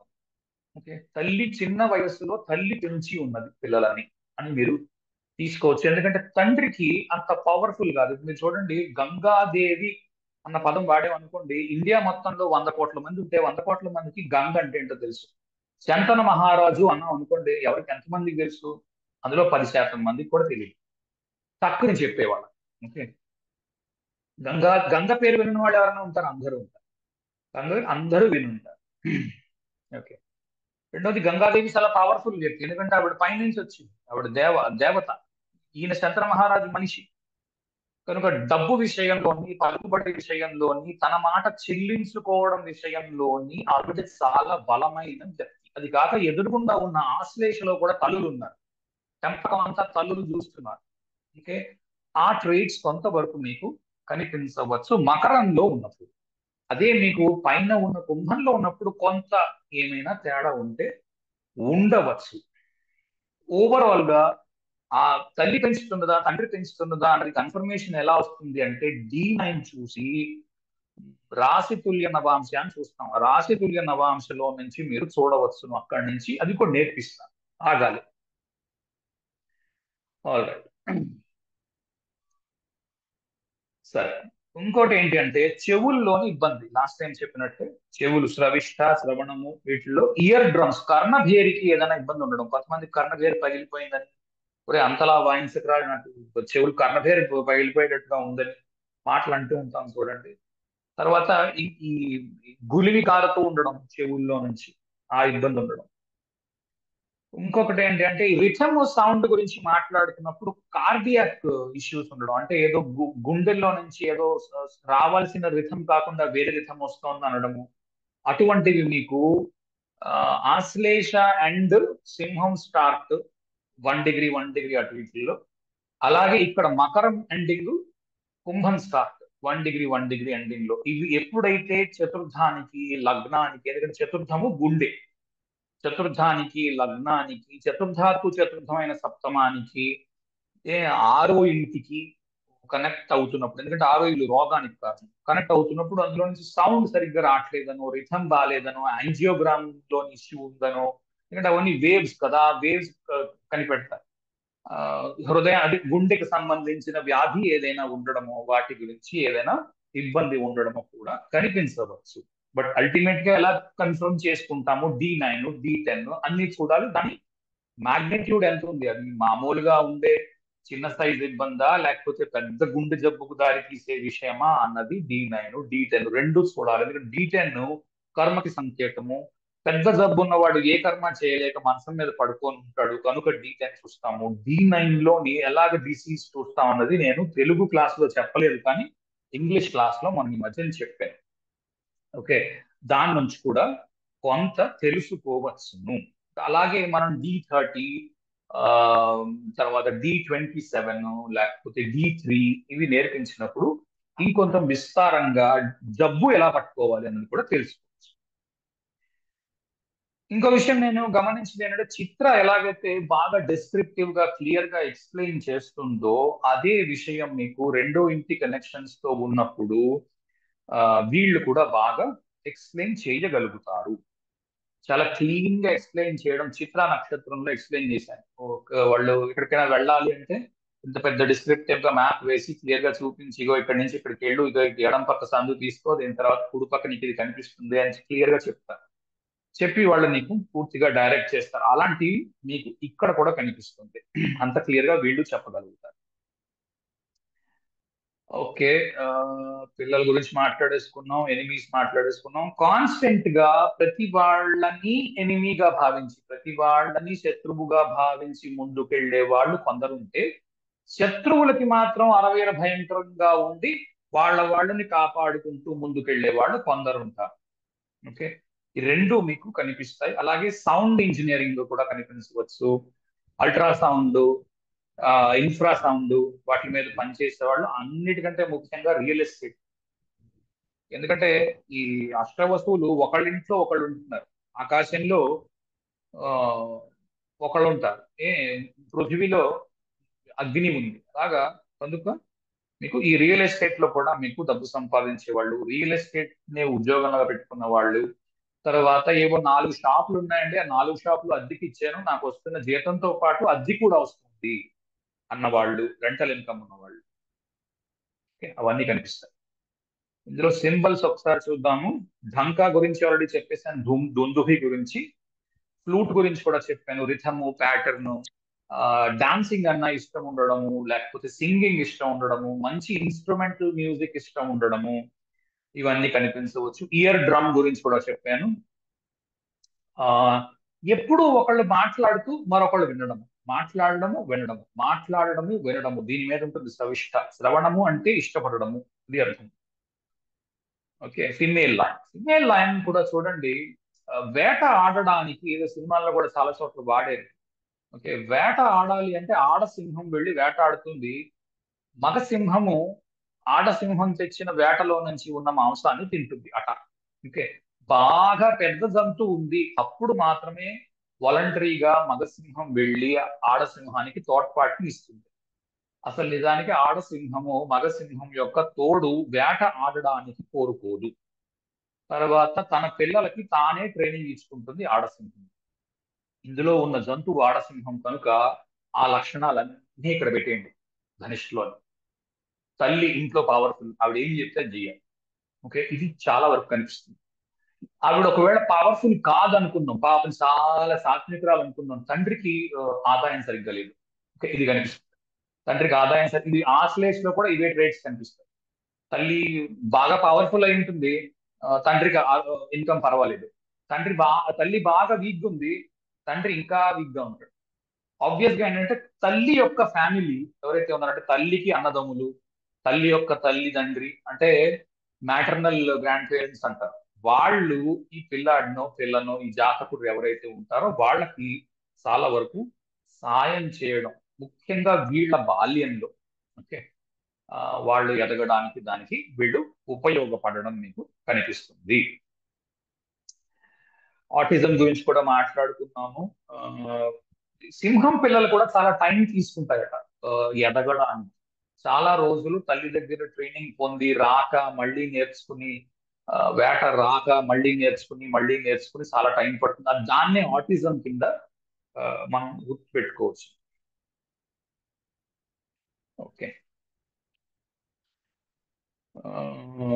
Native. Okay, first house connections మనం ఎలా చూస్తున్నాము అంటే డిస్పోజిటర్స్ చూస్తున్నాము.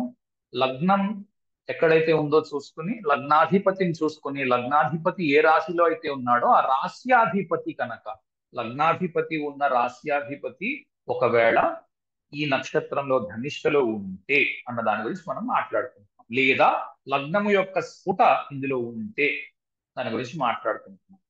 ఓకే, ఇది ఎలా చూస్తాము? చాలా సింపుల్ గా చూడవచ్చును. మొదటి ఇల్లు చూడండి. ఇది ఇది ఏదో చూడండి, లగ్నం యొక్క స్ఫుట ఉత్తరాభాద్రలో ఉన్నది కనిపిస్తుంది. ఇది లగ్నం యొక్క స్ఫుట. ఇది తీసుకున్నారు అనుకోండి, లగ్నం ఏ లగ్నం అయ్యింది? మీన లగ్నం అయింది. మీన లగ్నానికి అధిపతి గురువు. గురువు వృషభంలో ఉన్నాడు. వృషభాధిపతి శుక్రుడు చిత్తలో ఉన్నాడు. ఓకే, కనుక ఇప్పుడు లగ్న అధిపతి యొక్క డిస్పోజిటర్ శుక్రుడు అయ్యాడు. శుక్రుడు చిత్తలో ఉన్నాడు కనుక మీరు ఇందులోని చిత్తా నక్షత్రాన్ని ఓపెన్ చేసి దాంట్లో ఫస్ట్ కి ఏం రాసిందో చూడవచ్చును. అలాగే ఫస్ట్ కి ఉత్తరాభాద్ర కనెక్షన్ కూడా ఉంది కనుక ఉత్తరాభాద్ర ఇంకా మనం చెప్పలేదు, చెప్పిన తర్వాత దానికి కూడా ఉంటుంది వెబ్ పేజ్, అది ఓపెన్ చేసి చూడవచ్చును. దాని తర్వాత ఫస్ట్ లోడ్ ఆఖరిని వస్తుంది. ఆఖరిని కొద్దిగా ఒక 10% మృగశిర యొక్క ట్రేట్స్ వస్తాయి. ఎక్కువగా మీకు చిత్త యొక్క ట్రేట్స్ అలాగే ఉత్తరాభాద్ర యొక్క ట్రేట్స్ ఈ పర్టిక్యులర్ జాతకానికి వస్తాయి. ఆల్ రైట్, చూడండి. ఫస్ట్ కనెక్షన్ ఉన్నప్పుడు మీకు ఏం కనిపిస్తుంది? తల్లి బాగా బలంగా ఉన్న వ్యక్తిగా, పవర్ఫుల్ వ్యక్తిగా కనిపించవచ్చును. లేదా తల్లి బాగా వీక్ గా ఉంది, పెద్ద ఏమి పెత్తనము అంటారు చూడండి, పెద్ద ఇంట్లో పెత్తనం అంతా మా అమ్మగారిదేనండి అని చెప్పక్కర్లేదు. కొందరు ఇంటికి వెళ్ళగానే తెలిసిపోతుంది ఇంట్లో ఈవిడ చెప్పిందే వేదం. ఇది తప్పుగా నేను చెప్పట్లేదు సుమా, ఎవరు తప్పుగా తీసుకుని దాన్ని ఏదో సామెతలు ఏవో వేసుకుని ఆడపెత్తనం మంగళరాజా ఇలాంటి పాతకాలం సామెతలు ఉన్నాయి, అవన్నీ వేసుకోకండి దయచేసి. నా ఉద్దేశం ఏదో అది తప్పు ఒప్పు అన్న ఉద్దేశంలో నేను చెప్పడం లేదు, ఇది ఫలితముగా చెబుతున్నాను. ఓకే, లేదా తండ్రికి ఉద్యోగం సరిగ్గా లేదు, లేదా తల్లి చనిపోయింది, ఇందులో ఏదైనా జరగచ్చు. ఓకే, ఒక విషయం మాత్రం చెప్పొచ్చు, ఫస్ట్ హౌస్ కనెక్షన్స్ లో డబ్బు సంపాదన బ్రహ్మాండంగా ఉంది. ఓకే, పెళ్లి పిల్లలు ఏదో ఒక ఇబ్బంది ఉండడానికి అవకాశం ఉంది, లేదా పెళ్లి కండిషన్స్ తో కూడుకున్న పెళ్ళై ఉన్నది. ఓకే, ఆ కండిషన్స్ ఎప్పుడు ఇబ్బందిలోకి వస్తే ఆ అక్కడ ఇబ్బంది రావచ్చు. రెండవది, పెళ్లి అన్న దాని మీద స్వతహాగానే మనిషికి ఇంట్రెస్ట్ లేకపోవడం చేత నువ్వు పెళ్లి చేసుకోకుండా ఉండిపోయి అదే విధంగా పిల్లలు కూడా ఉంటారు ఇంకా ఆబ్వియస్ గా, అది చెబుతుంది. లేదా పిల్లలు కలగడానికి ఏదైనా ఇబ్బంది ఉండడం. రెండో ఇల్లు సేమ్ ఉత్తరాషాఢ్ లాగే ఎవరికి షేర్ చేయడానికి ఇష్టపడకపోవడం, తన యొక్క రాజ్యాన్ని. 10th హౌస్ కనెక్షన్స్ ఉన్నప్పుడు ఉత్తరాషాఢ్ లో మనం ఏం మాట్లాడుకున్నాము? ఫుడ్ గురించి ఎక్కువ మాట్లాడుతాం. ఉత్తరాషాఢ్ లో భోజనానికి సంబంధించిన విషయం, ఎందుకంటే భూమి నుంచి మొట్టమొదటిగా బయటకు వచ్చింది మొక్కలకు సంబంధించింది కాదు. ఇది మాత్రం రాజ్యానికి సంబంధించింది. ఇక్కడ ఏంటంటే డబ్బు ఇంకొకరికి ఇవ్వడానికి ఇష్టపడకపోవడం. ఇంకా ఎంత ఉన్నా తక్కువ ఉందేమో, సరిపోదేమో, రేపు ఉదయం ఏదైనా పెద్ద కష్టం వస్తే మనకెవరు ఇవ్వరు, మనం అనవసరంగా కష్టపడిపోతాం. కాబట్టి దీన్ని దాచే, ఇంకా దాచే ఈ మోడ్ లో ఉంటాడు మనిషి. ఓకే, ఇది నేను తప్పని చెప్పడం లేదు. ఓకే, ఎవరు దీన్ని ఏదో తప్పుగా తీసుకుని దీనిలో నుంచి నెగటివిటీ తీసుకుని అలాంటి పిచ్చి పని చేయకండి. ఇది ఓన్లీ ఫలితం మాత్రమే. దీనిలో నుంచి మిమ్మల్ని మారండని నేను చెప్పడం లేదు, ఎందుకంటే మారడం కుదరదు. ఇది నైజాన్ని ఎవడు మార్చలేడు. బయటికి కావాలంటే కొంత నటించవచ్చు. ఓకే, అది ఎవరి ప్రజ్ఞ బట్టి, ఎవరెవరికి ఎంత ఈ తెలివితేటలు ఉన్నాయి అన్న దాన్ని బట్టి, వాళ్ళ చంద్రుడి స్థితిగతిని బట్టి ఎంత నటించగలరు అన్నది తెలుస్తుంది. ఓకే, ఇంకోటి బాగా ఎక్స్ప్లెయిన్ చేయగలగడం ఏదైనా విషయం చిత్తలాగా. ఓకే, మూడో ఇల్లు మంచి లిజనింగ్ స్కిల్స్ ఉండడము, లేదా అస్సలు లిజనింగ్ స్కిల్స్ లేకపోవడం, అసలు చెప్పిన మాట వినకపోవడము, బాగా చెప్పిన మాట వినగలగడం. ఇందులో ఏది చెప్పినా ప్రతిదానికి ప్లస్ మైనస్ రెండు వేసుకోండి దయచేసి. చెవులకి ఇబ్బంది ఏదైనా ఉండడం. ఎలా కన్ఫర్మేషన్స్ చేసుకుంటామో నేను చెప్తున్నాను కదా, లోపలికి వెళ్ళి చూస్తే కానీ అర్థం కాదు. ఓకే, రెండోది ఇనిషియేటివ్ తీసుకోవడం. ఇందులోని ఆ, ఒక అడ్వాంటేజ్ ఏంటంటే థర్డ్ హౌస్ దీంట్లో ఏదైనా పెద్ద పని చేయాలి, ఇందులో పెద్ద రిస్క్ ఉంది అని అనుకుంటే వీళ్ళు చాలా మంది ఉంటారు ధనిష్ఠ వాళ్ళు, అసలు భయపడరు. రిస్క్ రిస్క్ లేదు, పాడలేదు, ముందుకెళ్ళడమే. ఫోర్త్ హౌస్ కనెక్షన్, తల్లికి చాలా అబార్షన్స్ జరిగి ఉండడం, తల్లి తండ్రికి సరి అయిన సమన్వయము లేక విడాకులు పొంది ఉండడం, లేదా విపరీతమైన బలము ఉన్న తల్లి, పెత్తనము చెలాయించే తల్లి. ఓకే, అంటే వెంటనే ఏదో సూర్యకాంతాల్ని లేకపోతే యశ్వరలక్ష్మిని వేసుకుని అలాంటి పనులు చేయకండి. ఓకే, కొంతమంది బాగా సినిమాటిక్ గా వెళ్ళిపోతున్నారు, అలా సినిమాటిక్ గా ఊహించుకోకండి. నిజం మనుషులు అలా ఉండరు. కొంత ఉన్నా ఆ, పూర్తిగా మంచివాళ్ళు పూర్తిగా చెడ్డవాళ్ళు ఎవరు ఉండరు ప్రపంచం. ఇంకో గొప్ప విషయం మనకు కనిపిస్తుంది, ఫోర్త్ హౌస్ లో ఇవేమీ లేకుండా ఉత్త రెంటల్ ఇన్కమ్ కూడా ఉండొచ్చు. ఓకే, అంతా బాగానే ఉండొచ్చు, రెంటల్ ఇన్కమ్ కూడా ఉండొచ్చు, కానీ జనరల్ గా అలా ఉండదు. రెంటల్ ఇన్కమ్ బాగా బ్రహ్మాండంగా ఉంది అంటే తల్లి ఆల్రెడీ ఏదో ఇష్యూ ఉందన్నమాట, తల్లి వెళ్ళిపోయి ఉండవచ్చు. ఎందుకంటే భీష్ముడికి చూడండి, రాజ్యము సంపాదన ఇవన్నీ కూడా మీకు తల్లి వెళ్ళిపోయిన తర్వాత వచ్చినవి. ఓకే, ఆ, లేదా బాగా స్ట్రిక్ట్ గా ఉండే తల్లి, అశ్లేష్ లాగా.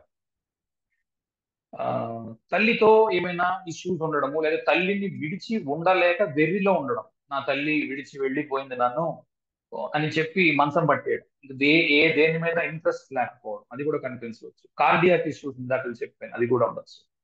ఫిఫ్త్ హౌస్ చాలా విపరీతమైన తెలివితేటలు, ఎందుకంటే fifth house, sixth house, seventh house ఈ మూడు కాంపిటీషన్ కి ఉపయోగపడతాయి. ఆరో ఇల్లు పూర్తి competition, seventh house fifth house దానికి ఆర్గళాలు ఉంటాయి కనుక రెండు కూడా కాంపిటీషన్, బుద్ధి పదును వీటికి సంబంధించినవి కనుక ఇవన్నీ బాగుంటాయి. బ్రహ్మాండమైన బుద్ధి, ఎలా చేస్తే కార్యసాధన, ఓకే, అవన్నీ తెలుస్తాయి. కానీ ఫిఫ్త్ హౌస్ లో మళ్ళీ సేమ్ ప్రాబ్లం. ఏమంటారు, ఫిఫ్త్ హౌస్ చూడండి, మూడో ఇంటి నుంచి మూడో ఇల్లు, మూడో ఇల్లు మైథునానికి ఉపయోగపడుతుంది. ఓకే, సెక్షువల్ ఇంటర్ కోర్స్ అంటారు third house. So third house నుంచి థర్డ్ హౌస్ ఫిఫ్త్ హౌస్, అందుకనే మైథునము ద్వారా పిల్లలు కలుగుతున్నారు అని చెప్పడానికి ఈ ఇల్లు అలా కల్పించాడు భగవంతుడు. తృతీయ నుంచి పిల్లలు వస్తున్నారు కనుక పూర్తిగా సెక్షువల్ ఇంటర్ కోర్స్ మీద లేదా సెక్షువల్ యాక్టివిటీ మీద ఇంట్రెస్ట్ లేకపోవడం. ఓకే, ఎందుకంటే దేవవ్రతుడికి అతను ఒకవేళ భీష్ముడు కాకపోయి ఉన్నా కూడా పెళ్లి చేసుకోవడేమో, ఆ పేరు చూస్తూ తెలుస్తుంది. ఓకే, లేదా అన్ని బాగానే ఉన్నాయి అనుకుంటే ఏదైనా ఆటిజం, ఏడిఎస్టి, అటెన్షన్ డిజార్డర్ ఏదో అంటారు చూడండి, అలాంటివి, అంటే హైపర్ యాక్టివ్ అంటారు పిల్లలు, అలాంటి వాళ్ళు కనిపించడానికి కొంతవరకు అవకాశాలు ఉన్నాయి. కానీ ఇవన్నీ కన్ఫర్మ్ చేయాలి అంటే D7 ఖచ్చితంగా చూడాలి, చూడకుండా చెప్పడానికి అవదు.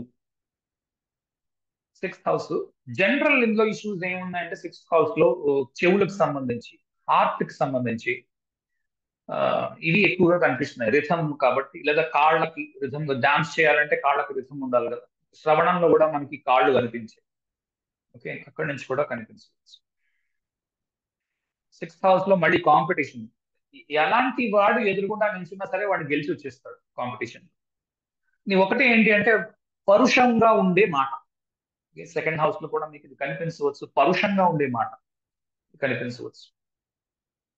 Seventh house, first of all పెళ్లి చేసుకోవడానికి ఇబ్బంది, పెళ్లి ఒకటే ఇష్టం లేదు, లేదా పెళ్లి లేదు బాగోవు అన్న ఒక దీంట్లో ఉండడం, పెళ్లి అవి చేసుకుని ఏం ఉపయోగం లేదు, ఎవరు సుఖపడ్డాడు అనుకోవడం. ఏ చేసుకున్నా సరే ఏదో ఒక లోపాలు ఎంచుకోవడం, ఎందుకంటే ఇతను గెలుస్తూ ఉంటాడు ఎదుటి వ్యక్తి మీద. పెళ్లిలో కావాల్సింది గెలవడం కాదు, కాంప్రమైజ్.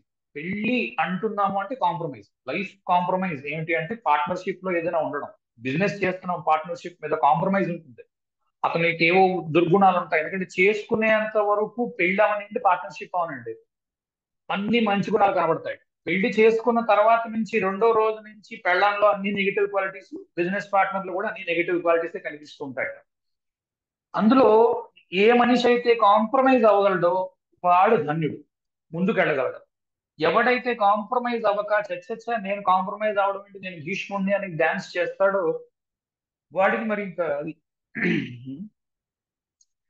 లేదా ముందే కండిషన్స్ పెట్టడం. ఓకే, పెళ్లి పుస్తకంలోని కండిషన్స్ లాగా ఈ కండిషన్స్ ఉన్నాయి, లేదా ఏవో దురలవాట్లు ఉన్నాయి, లేదా మీ అమ్మగారిని నేను చూస్తే, మీ అమ్మగారిని నా అమ్మగారిని నువ్వు పోషిస్తే నేను ఒప్పుకోను, ఇలాంటి కండిషన్స్ కూడా ఈ మధ్య కాలంలో కొందరు పెడుతున్నారు. ఇది హాస్యానికి చెప్తున్నాను. ఆ, వాళ్ళకు దానికి ఒకవేళ ఈ పిల్ల మీద ఉన్న మోహం వలన ఒప్పుకొని తర్వాత దాని వల్ల ఇబ్బంది పడి వాళ్ళు ఎప్పుడో ఇంటికి వచ్చి దాని వల్ల వెళ్ళిపోతున్న వాళ్ళు కూడా మీకు ఇందులోంచి కనబడవచ్చు. ఎలా చూస్తారు ఇవన్నీ D9 D1 రెండు కలిపి చూసినప్పుడు కనబడతాయి. ఎక్కడి నుంచి వచ్చింది ఈ ప్రాబ్లం అన్నది ఖచ్చితంగా పిన్ పాయింట్ చేసి చెప్పవచ్చును. ఓకే. లేదా చాలా దూరదేశంలో ఉద్యోగం చేస్తూ ఉండడం వల్ల ఫోర్స్డ్ బ్యాచిలర్హుడ్ అంటారు చూడండి. ఆ ఫోర్స్డ్ బ్యాచిలర్హుడ్ ఉండడం, లేదా అసలు ఇద్దరు కంప్లీట్ గా స్పిరిచువల్ పాత్స్ లో ఉండడం. నాకు ఆంజనేయ స్వామి అంటే భక్తి అండి, నేను కాన్స్టెంట్ గా 365 రోజులు మాలేసుకునే ఉంటానండి, లేదా సన్యాసం తీసుకున్నానండి, కానీ భార్య భర్త ఒక ఇంట్లోనే ఉంటున్నాము. ఇలాంటి వాళ్ళు కూడా కొంతమంది ఉంటారు. ఓకే. అంటే ప్రైవేట్ లైఫ్స్ లోకి వెళ్ళి వాళ్ళదేదో చూసి అవి చెప్పమని నా ఉద్దేశం కాదు.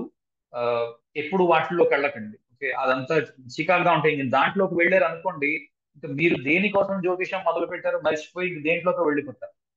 అలాంటి పిచ్చి పనులు చేయవద్దు. కానీ దీవెన చూసినప్పుడు ఎంతో కొంత ఈ లక్షణాలు ఉన్నాయా లేదా మీకు తెలిసిపోతుంది. అవతల వ్యక్తి మాట్లాడుతున్నప్పుడు, కన్సల్టేషన్ ఇస్తున్నప్పుడు మీకు తెలుస్తుంది.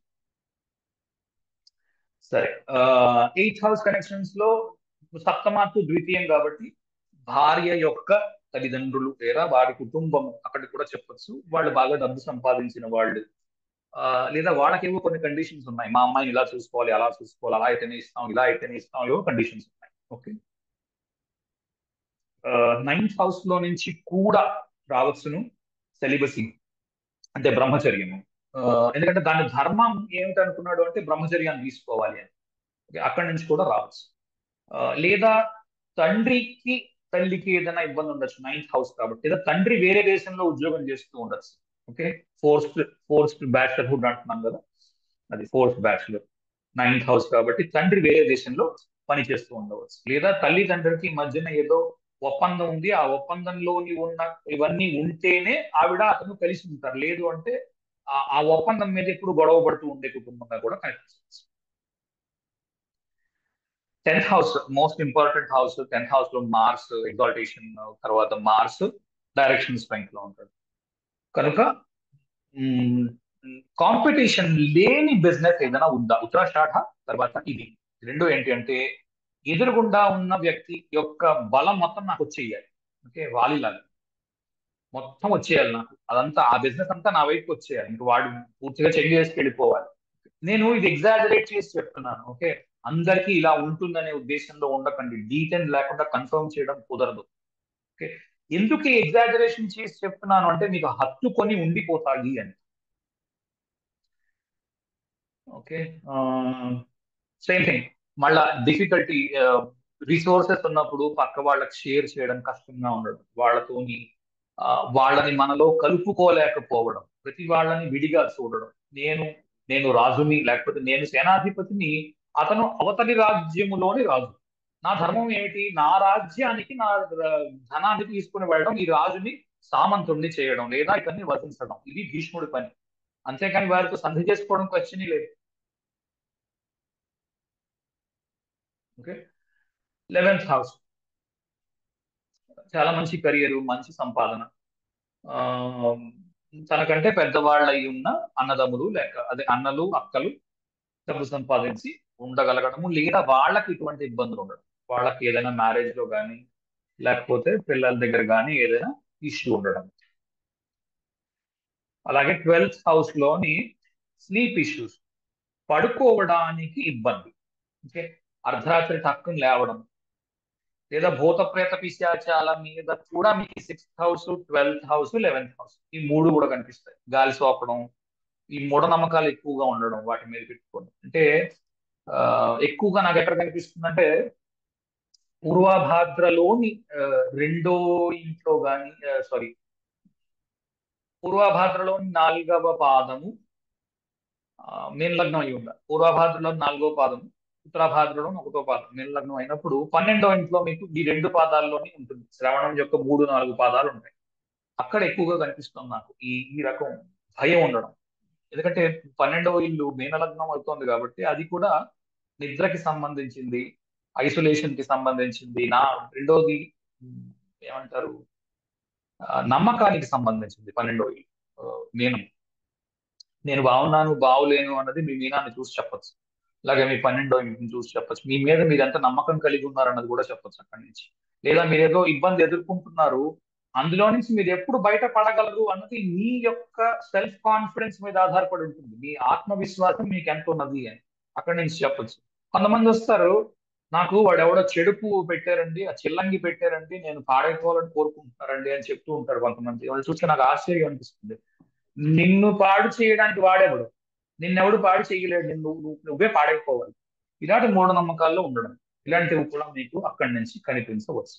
ఓకే, ఇది నాకు తెలిసినంత వరకు నేను కవర్ చేసిన విషయం. ఎవరికైనా ఫీడ్బ్యాక్ ఉంటే చెప్పాలనుకుంటే చెప్పొచ్చు.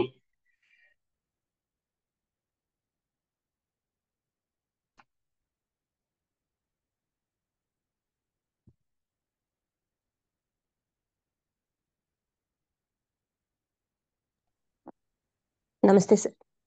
నమస్తే అమ్మా. మకర లగ్నం సార్. ఓకే 4 డిగ్రీలు మీద లగ్నం. ఓకే ఉత్తరాషాఢ 2వ పాదం. ద్వితీయం ధనిష్టలో ఉందండి. ద్వితీయ భావస్ఫుటం. ఓకే ఓకే శని కూడా అక్కడే ఉన్నారు. ఓకే వీళ్ళ కుటుంబం అంతా కూడా డబ్బు సంపాదించాలనే క్రేవింగ్, అంటే చాలా అతిగా, ఎవ్వరికి పైసా కూడా దానం చేయకుండా అలా ఓకే. ఉంటారు ఫ్యామిలీ అంతా కూడా. ఒకసారి కంక్లూడ్ చేస్తే మీరు చెప్పింది, లగ్నము యొక్క స్ఫుట ఉత్తరాషాఢలో ఉంది, చంద్రుడు ఉత్తరాషాఢ. ఉత్తరాషాఢలో ఉన్నాడు, అలాగే లగ్నాధిపతి డిస్పోజిటర్ అయిన శని మీకు ఇందులో ఉన్నాడు, ధనిష్ఠలో ఉన్నాడు. ద్వితీయంలో ధనిష్ఠలో ఉన్నాడు. ఓకే, సో అల్టిమేట్ మొత్తం అంతా ఉత్తరాషాఢ ధనిష్ఠ ఇప్పుడు చెప్పినంత పూర్తిగా వచ్చేస్తుంది. పూర్తిగా. ఓకే, ఇష్యూస్ ఉన్నాయా మ్యారేజ్ లో? కొంచెం లేవు సార్, బాగుంది. ఓకే, మదర్ కూడా అంతే, ఆవిడ కూడా అలాగే ఉంటారు. కొంచెం డామినేటింగ్, కొంచెం కంట్రోల్ చేస్తుంది ఫ్యామిలీని అనిపిస్తుంది ఆమె చూడ్డానికి. మదర్ ఫ్యామిలీ యొక్క హెల్ప్ తోటే తండ్రి కూడా సంపాదన పెరిగింది. ఓకే, అంటే లక్కీగా ఏమైంది అంటే సప్తమాధిపతి ఉత్తరాషాఢలో ఉన్నాడు. ఓకే, ఎంత వయసు ఉంది సార్? చంద్రుడు లేడు సార్, ఇక్కడ లగ్నమే ఉంది ఉత్తరాషాఢలో. చంద్రుడు ఎక్కడ ఉన్నాడు సప్తమాధిపతి? చంద్రుడు పూర్వభద్రలో ఉన్నాడండి, మీనంలో ఉన్న పూర్వభద్రలో ఉన్నారు. లగ్నము దాని తర్వాత ఇంకోటి చెప్పారు మీరు. లగ్నము ఒక్క నిమిషం సార్. లగ్నము ఉత్తరాషాఢ, మకర లగ్నం, ద్వితీయ భావ స్ఫుటం అంటున్నానండి. అప్పుడు ధనిష్టలో ఉంటది కదా. అలా చెప్పండి. ఓకే, నేను ఇంకా సప్తమాధిపతి కూడా ఉత్తరాషాఢలో ఉన్నాడు. లేదు, సప్తమాధిపతి పూర్వభాద్రలో ఉన్నాడు. కానీ పూర్వభద్ర ఎక్కడ? పూర్వభాద్రలో మీనంలోనా? మీనంలో ఉన్న పూర్వభద్ర అండి, మీనంలో ఉన్న పూర్వభద్ర. అక్కడ బతికాడు, లేదంటే దెబ్బ పడి ఉండేది. ఎందుకు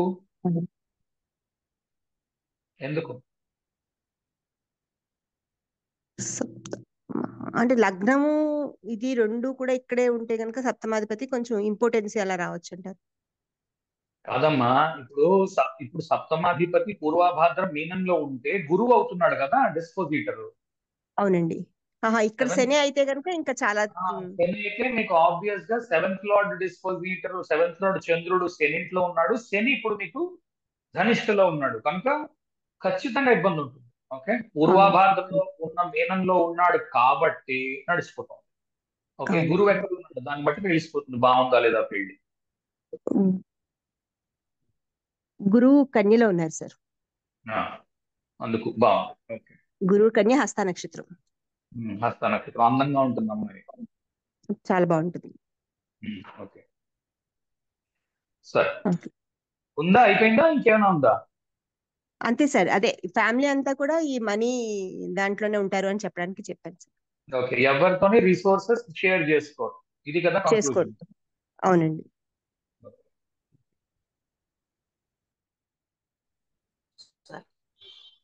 చెప్పండి అమ్మా. చెప్పండి. మిథున లగ్నం. ఓకే, బుధ చంద్రులు మకరంలో, ఓకే, చంద్రుడు ఉత్తరాషాఢలో, బుధుడు ధనిష్టలో. అంటే ఓకే. లగ్నాధిపతి ధనిష్టలో. ఉమ్, బుధుడి ఇంట్లో ఏ గ్రహాలు లేవు.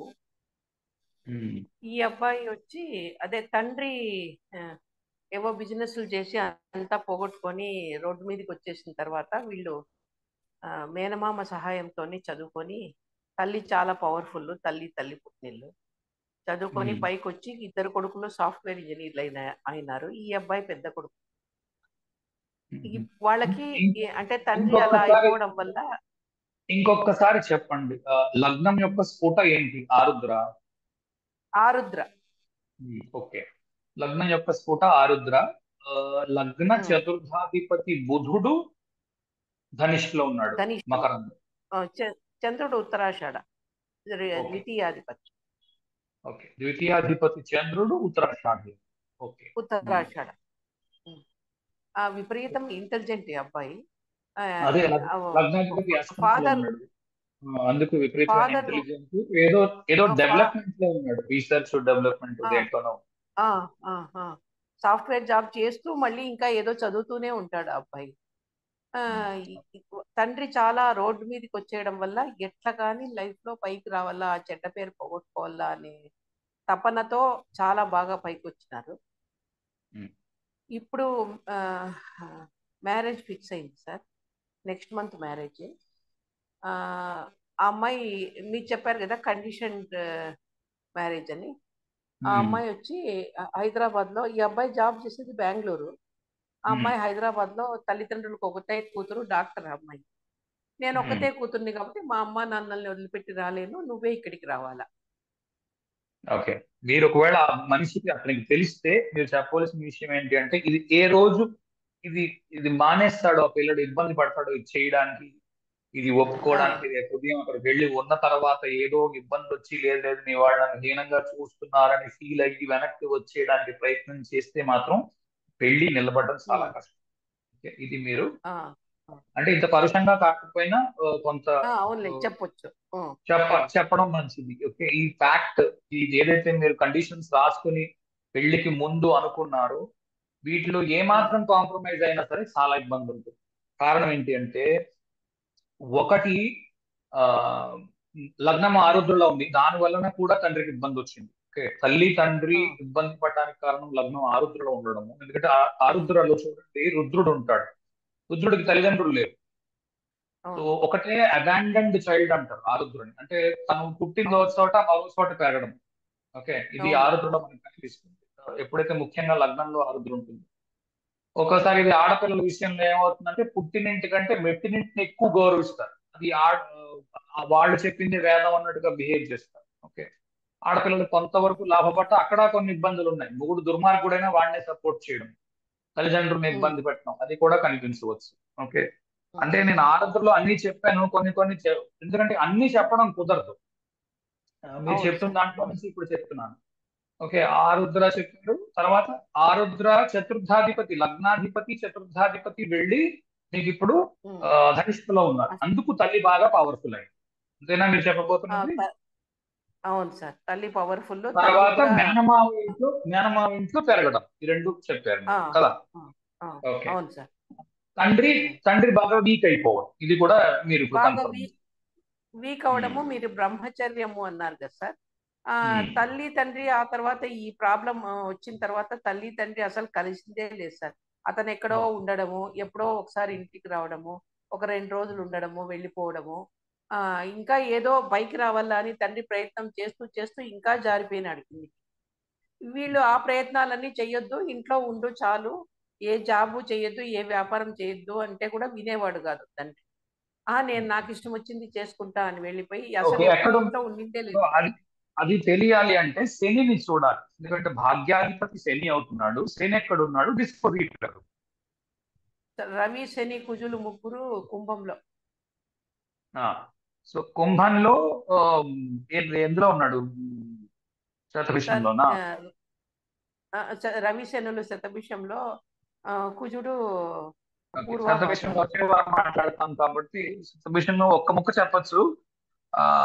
ఎవరైతే మోసం చేస్తారనుకోండి శతభిషాన్ని, అక్కడికే వెళ్ళి వాళ్ళ దగ్గర గొడవ చేసి నువ్వు ఇలా చేస్తావు, నీకు కర్మ వస్తుంది, నువ్వు తిరిగి అనుభవిస్తావు, నన్ను మోసం చేసావు, అది ఇది అని గోల్ చేస్తూ ఉంటాడు అంతే. ఓకే, మనం నెక్స్ట్ వీక్ మాట్లాడదాం దాని గురించి. ఓకే, ఇంకేం చెప్పారు?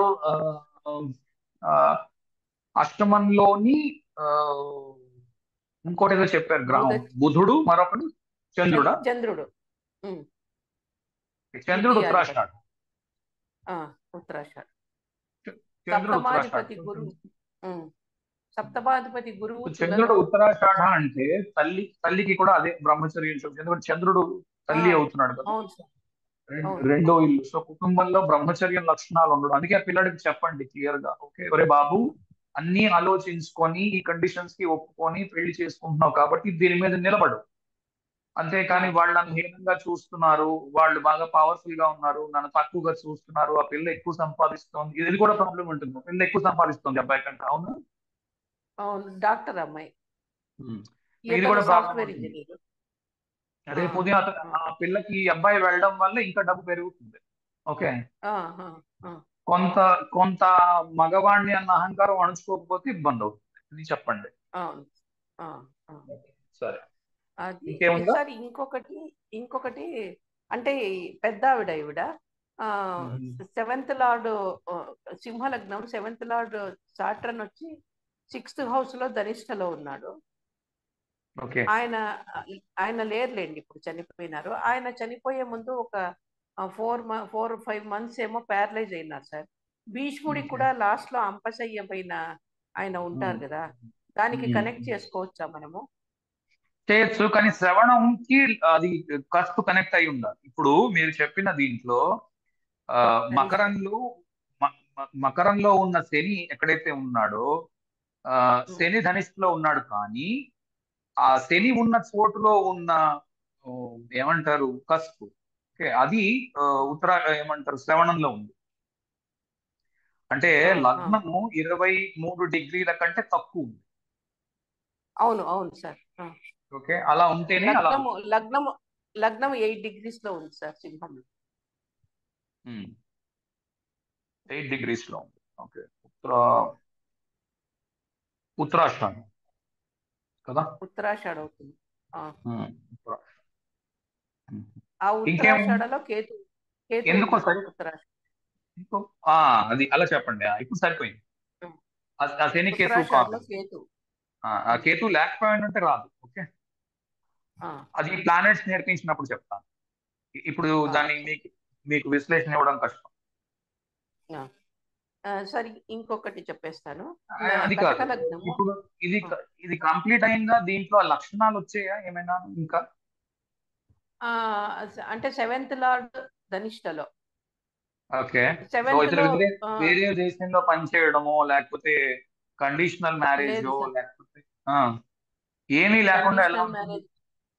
లేకపోతే అతని కండిషనల్ మ్యారేజ్ కాదు సార్. ఈయన కూడా సేమ్ నేను ఇంతకు ముందు చెప్పిన కేసు లాగా బిజినెస్ చేసి అంతా పోగొట్టుకున్నాడు ఈయన కూడా లైఫ్ లో. అంటే 6th హౌస్ అంటే ఇది లేడీ జాతకం సార్ నేను చెప్పేది. అర్థమైంది, కానీ 7th హౌస్ కదా చూస్తున్నారు. 7th house. So 6th house లో ఉన్న లాసెస్ వచ్చాయి. 12th హౌస్ బాగా బలంగా ఉందా? ఏముంది ఈవిడికి 12th హౌస్ లో? 10th హౌస్ ఎవరికి? 12. ఇప్పుడు చెప్తున్న జాతకానికి, సింహలగ్నానికి 12వ ఇంట్లో కుజరాహు. మరి అదే బలంగా ఉంది 12. అదే చెప్తున్నాం.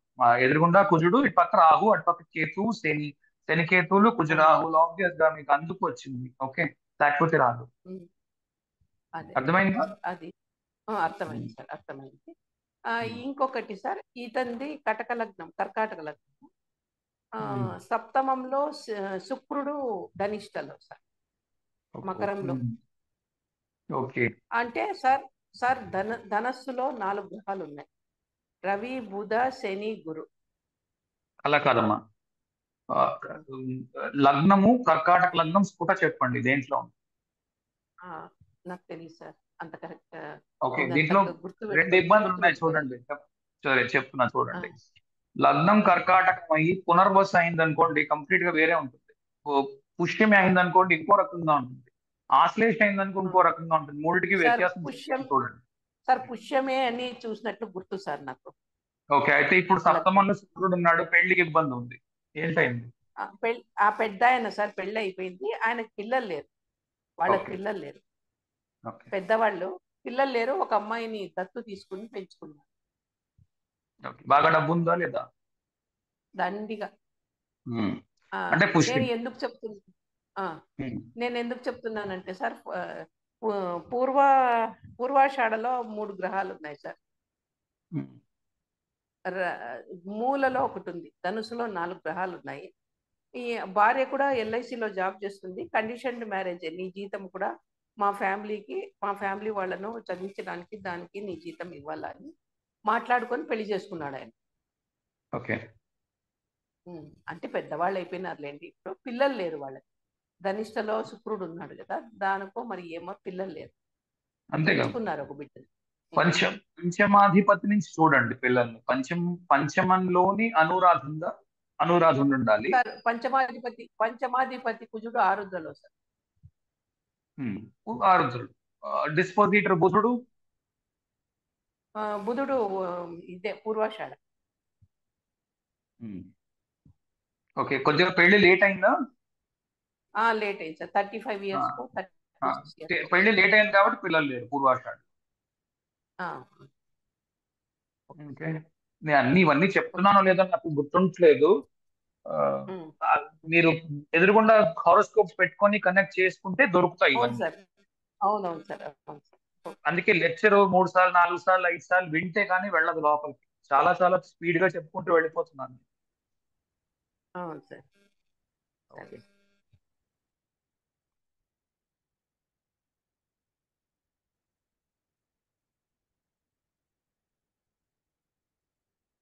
ఇంకెవరున్నారు?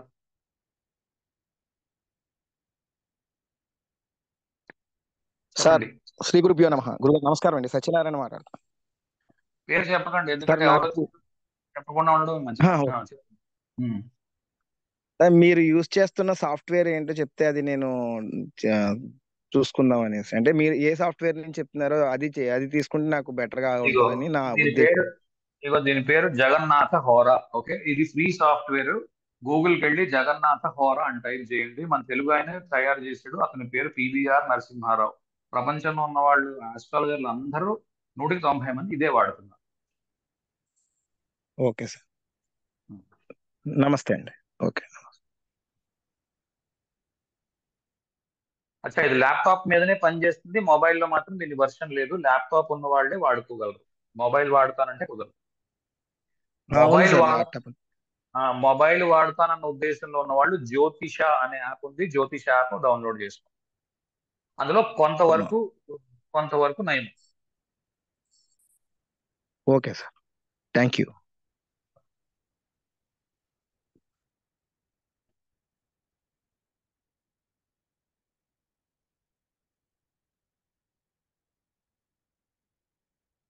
అయిపోయిందా?